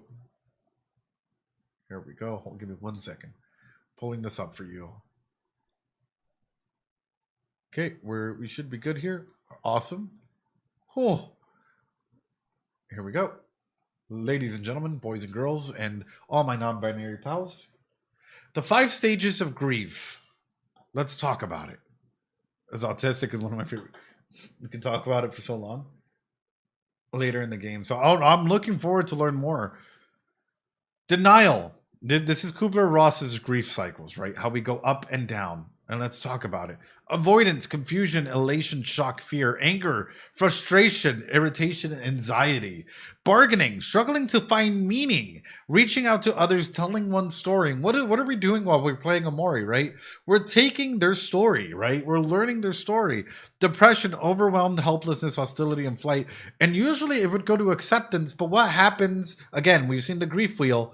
What happens the moment that we don't fully accept? We start the process over. We go right back into aspects of what are we denying? Are we still angry? Hi, what's up, AZ? Are we bargaining? Right? It goes back into this. Not everyone goes immediately into a stage of acceptance. Some of us just start to wave back up again over with denial. And that's perfectly a-okay. Relapse is normal. Relapse is a part of the process, you know? I hope you're doing well, AZ. I hope you're doing absolutely well. Absolutely wonderful. So, for you all, how does this sound? Where would you all place Sunny at the moment? Not even Omori, but Sunny. He's feeling denial. Denial. I feel as though, right? Sunny has gone through this multiple times. I feel as though Sunny has gone through this multiple times. Sunny might have gone through denial, anger, frustration, depression, and then comes right back over to denial, anger, bargaining, frustration, back up again. And this is how, this has maybe influenced the way that he's created this new world with Omori. It seems like Omori is a copy paste of him in his mind. Alas, Sunny didn't want to go down the stairs. The stairs looked at Omori, so Omori also exactly. Elizabeth is 100%. Right? It was a copy paste aspect for an aspect of like his childlike self, right? In a big way, what is Omori doing though? Omori is the one that's going through this for Sunny. Exactly.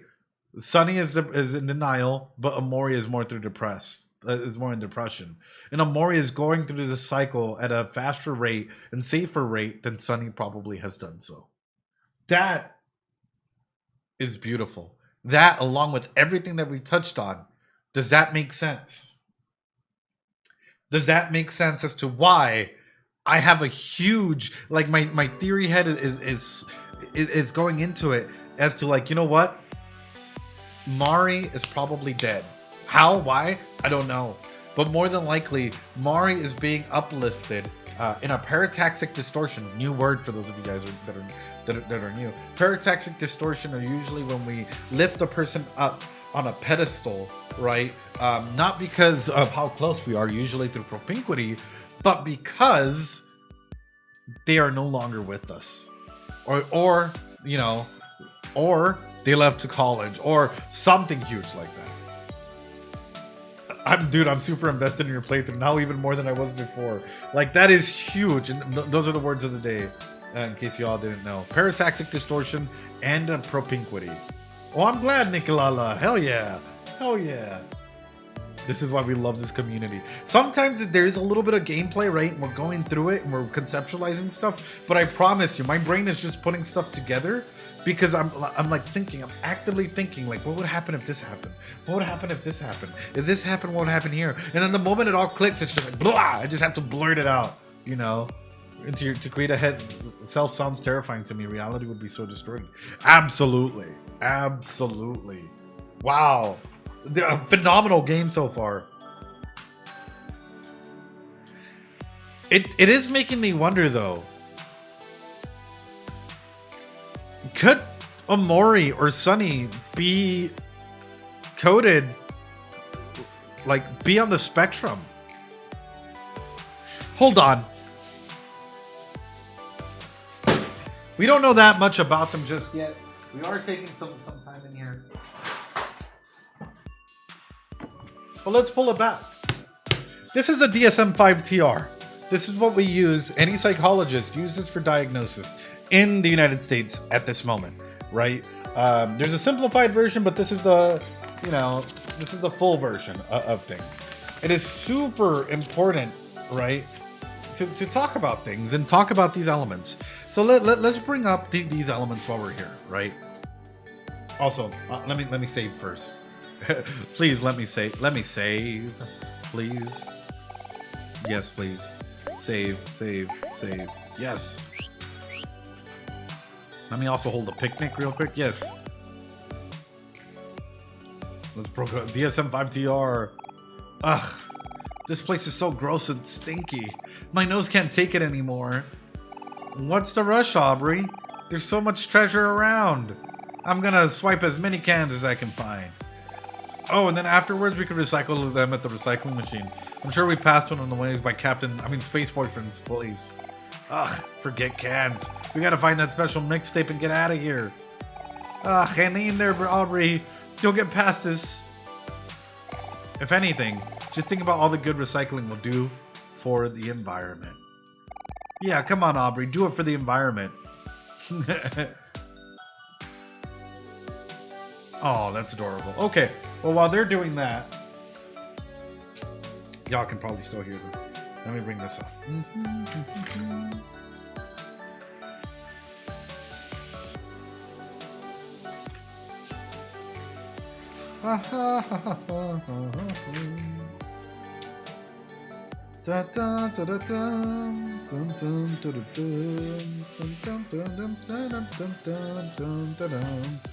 Everyone say it with me. It's DSM time, right? Volunteer reports of trauma, a mask underlying problem. It can. There's comorbidity with it, right? Based on, depending on what the trauma may be, there is comorbidity with it. Now, the key aspect of the DSM-5 with any diagnostic tool is that we're ruling out, we're not ruling in, right? So here we go. Diagnostic criteria, right? Presents deficits in social communication and social interaction across multiple contexts as manifested by the following. Deficits in social emotional reciprocity ranging from abnormal social approach, failure of normal communication back and forth in communication, reduced sharing of interest, emotions, or affect, to failure to initiate or respond in social interactions. Chat. Does Omori have a deficit emotionally and responding back appropriately compared to everyone else? A failure to initiate or respond social interaction, to reduce sharing of interest or emotions or affect. Yay or nay? Yay. Okay, this is the second criteria, and this is point A. It just says one or more of the following, by the way, not man, don't even respond. Okay, second part. Deficits in nonverbal communication behavior used for social interactions, ranging from example in poorly integrated verbal and nonverbal communication to abnormalities in eye contact, body language, or deficits in understanding and use of gestures, to total lack of facial expression and nonverbal communication, i.e., book, marker. Labeling things just as labels and not necessarily, going through as to, oh, this is a black expo marker. It's just book. We're going to lose. I'm not going to over explain in it. Yay or nay? Okay, next one. Deficits in developing, maintaining, and understanding relationships, ranging from examples from adjusting adjustive behavior to suit various difficulties in adjusting behavior to various social cues, to difficulties in sharing in imaginative play or making friends, to absences of interest or peers. Deficits in developing, maintaining, and understanding relationships, ranging from difficulties adjusting to behavior in various contexts to difficulties in sharing in imaginative play or making friends, or absence or interest in peers. Well, let's put it this way. Does he have friends? Yes. But is he less interested in normalizing that for everyone else? Birdly, right? Instead of birdly, everyone else is turning into an animal or turning into a monster per se, but only has close friends, right? Or humans. So that's an interesting way of conceptualizing that. Okay. So 3 is maybe less so. 4, or context B, restrictive repetitive patterns of behavior, interest, or activities as manifested by 2 of the following, currently or by history. Examples are illustrative, not exhaustive. You guys ready? Number 1, stereotyped or repetitive moments, use of objects or speech, simple motor stereotypes, lining toys, flipping objects, echolalia, idiosyncratic phrases. Could be instances such as, continuously doing art, or, that doesn't necessarily apply to the context. Not really, doing anything else in that aspect. Repetitive motor movements, use of object or speech. Yes or nay? Facial expressions. Yeah, could be facial expressions. All right, number 2. Instances or sameness, inflexible adherence to routines, ritualized patterns of verbal or nonverbal behavior. Extreme distress at small changes, difficulties with transitions, rigid thinking patterns, grading rituals. Need to make sure that, the routine is roughly the same, even in this headspace in that, right? And yes, we've seen that, i.e. with Sunny, right? The whole steak thing apparently is a big function, at least from what I'm gathering, right? Steak in there, steak for Sunny, steak for Omori in his drawings. When it comes to this dream world, it looks like it's all about routine. Number 3, highly restricted, fix the diary. Yes, the diary. Highly restricted or fixated interest in abnormal intensity or focus. Okay, you guys ready? Highly restricted or fixated interests that are abnormal in intensity or focus. Example, strong attachment to preoccupation with unusual objects. Excessively circumscribed or preservative interest. Oh no. Number 4. Hyper or hypoactivity to sensory input or unusual interest in sensory aspects of the environment. Pain, indifference to pain or temperature. Adverse response to specific sounds, textures, excessive smelling or touching of objects, visual fascination with lights or movements. We only needed 2 or more to qualify for criteria B, chat. Okay, criteria C. Symptoms must be present in early developmental periods, but may also manifest as child grows through masking strategies and later in life. Criteria D. Symptoms cause clinically impaired social, occupational, or other important areas for functioning. Criteria E.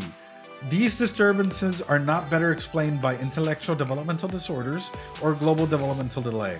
Intellectual developmental disorders and autism disorders frequently co-occur to make comorbid diagnosis for autism spectrum disorder and intellectual development disorders. They have to be expected for general developmental levels. All right, ladies and gentlemen, if we met a majority of these criteria, then Omori probably does fit the bill for being diagnosed with autism spectrum disorder. There you guys go. This is what I was reading off of. There you guys go. Now you guys have a little bit of a sentence there, right? So I know some of you guys might be asking, oh, okay, well, what does that mean, right? What does that mean? Let's go ahead and flip it. More so specific to, trying to find out the comorbidity here. Here we go. Individuals with autism spectrum disorder are at greater risk for suicide death compared to those without autism spectrum disorder. Children with the autism spectrum disorder who had impaired social communication and trauma have had a higher risk of self-harm with suicidal intent, suicidal thoughts, and suicidal plans by age 16 years of age compared to those with impaired social communication. Adolescents and young adults with autism spectrum disorder have an increased risk of suicidal attempts compared with age and sex-matched control subjects, even after adjustments for demographics factor and psychiatric comorbidities. Oh, yeah, everyone's like, oh, differential diagnosis, ADHD. And here are other diagnoses that it may be, right? ADHD, intellectual developmental disorders, language disorders, selective mutism, stereotypical movement disorders, Rett syndrome, symptoms associated with anxiety disorders, obsessive compulsive disorders, schizophrenia, personality disorders as well. That seems to be the other diagnosis, but comorbidity with ADHD can be, there's a lot that goes into it. It literally says, autism spectrum disorders may be comorbid or linked up with other intellectual learning disorders. What else? Psychiatric comorbidities, anxiety, avoidant restrictive disorders, and it just keeps going. So, does that fit the bill?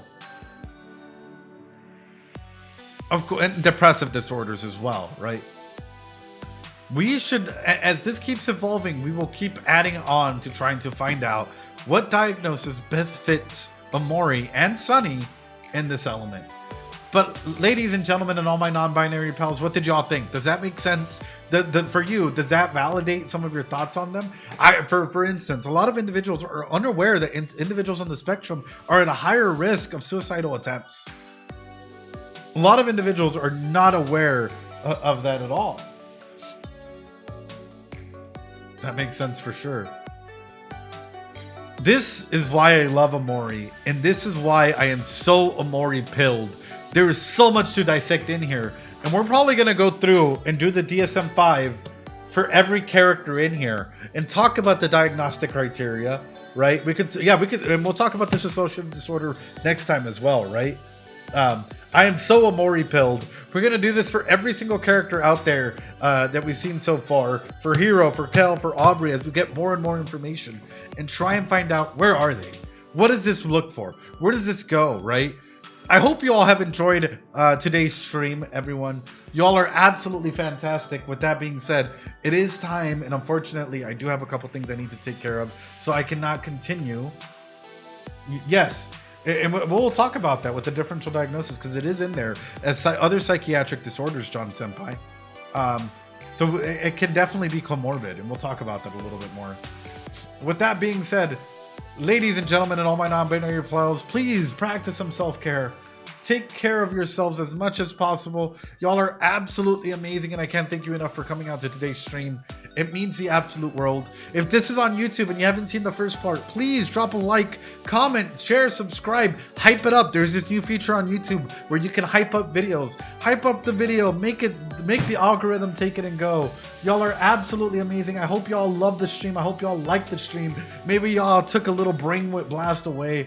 Thank you so much. Practice some self-care, everyone. And hey, maybe I'll see you all tomorrow. Fridays are Deltarune streams, and Sundays are Omori streams. Please make sure to come on back. Y'all are absolutely amazing. I appreciate y'all. Join the Discord. If you're not following, what are you doing? Make sure to follow if you're lurking around. If you haven't subbed on YouTube, make sure to sub. Bye. I appreciate y'all. Practice some self-care, and heck, maybe I'll see y'all tomorrow. Be safe. Bye.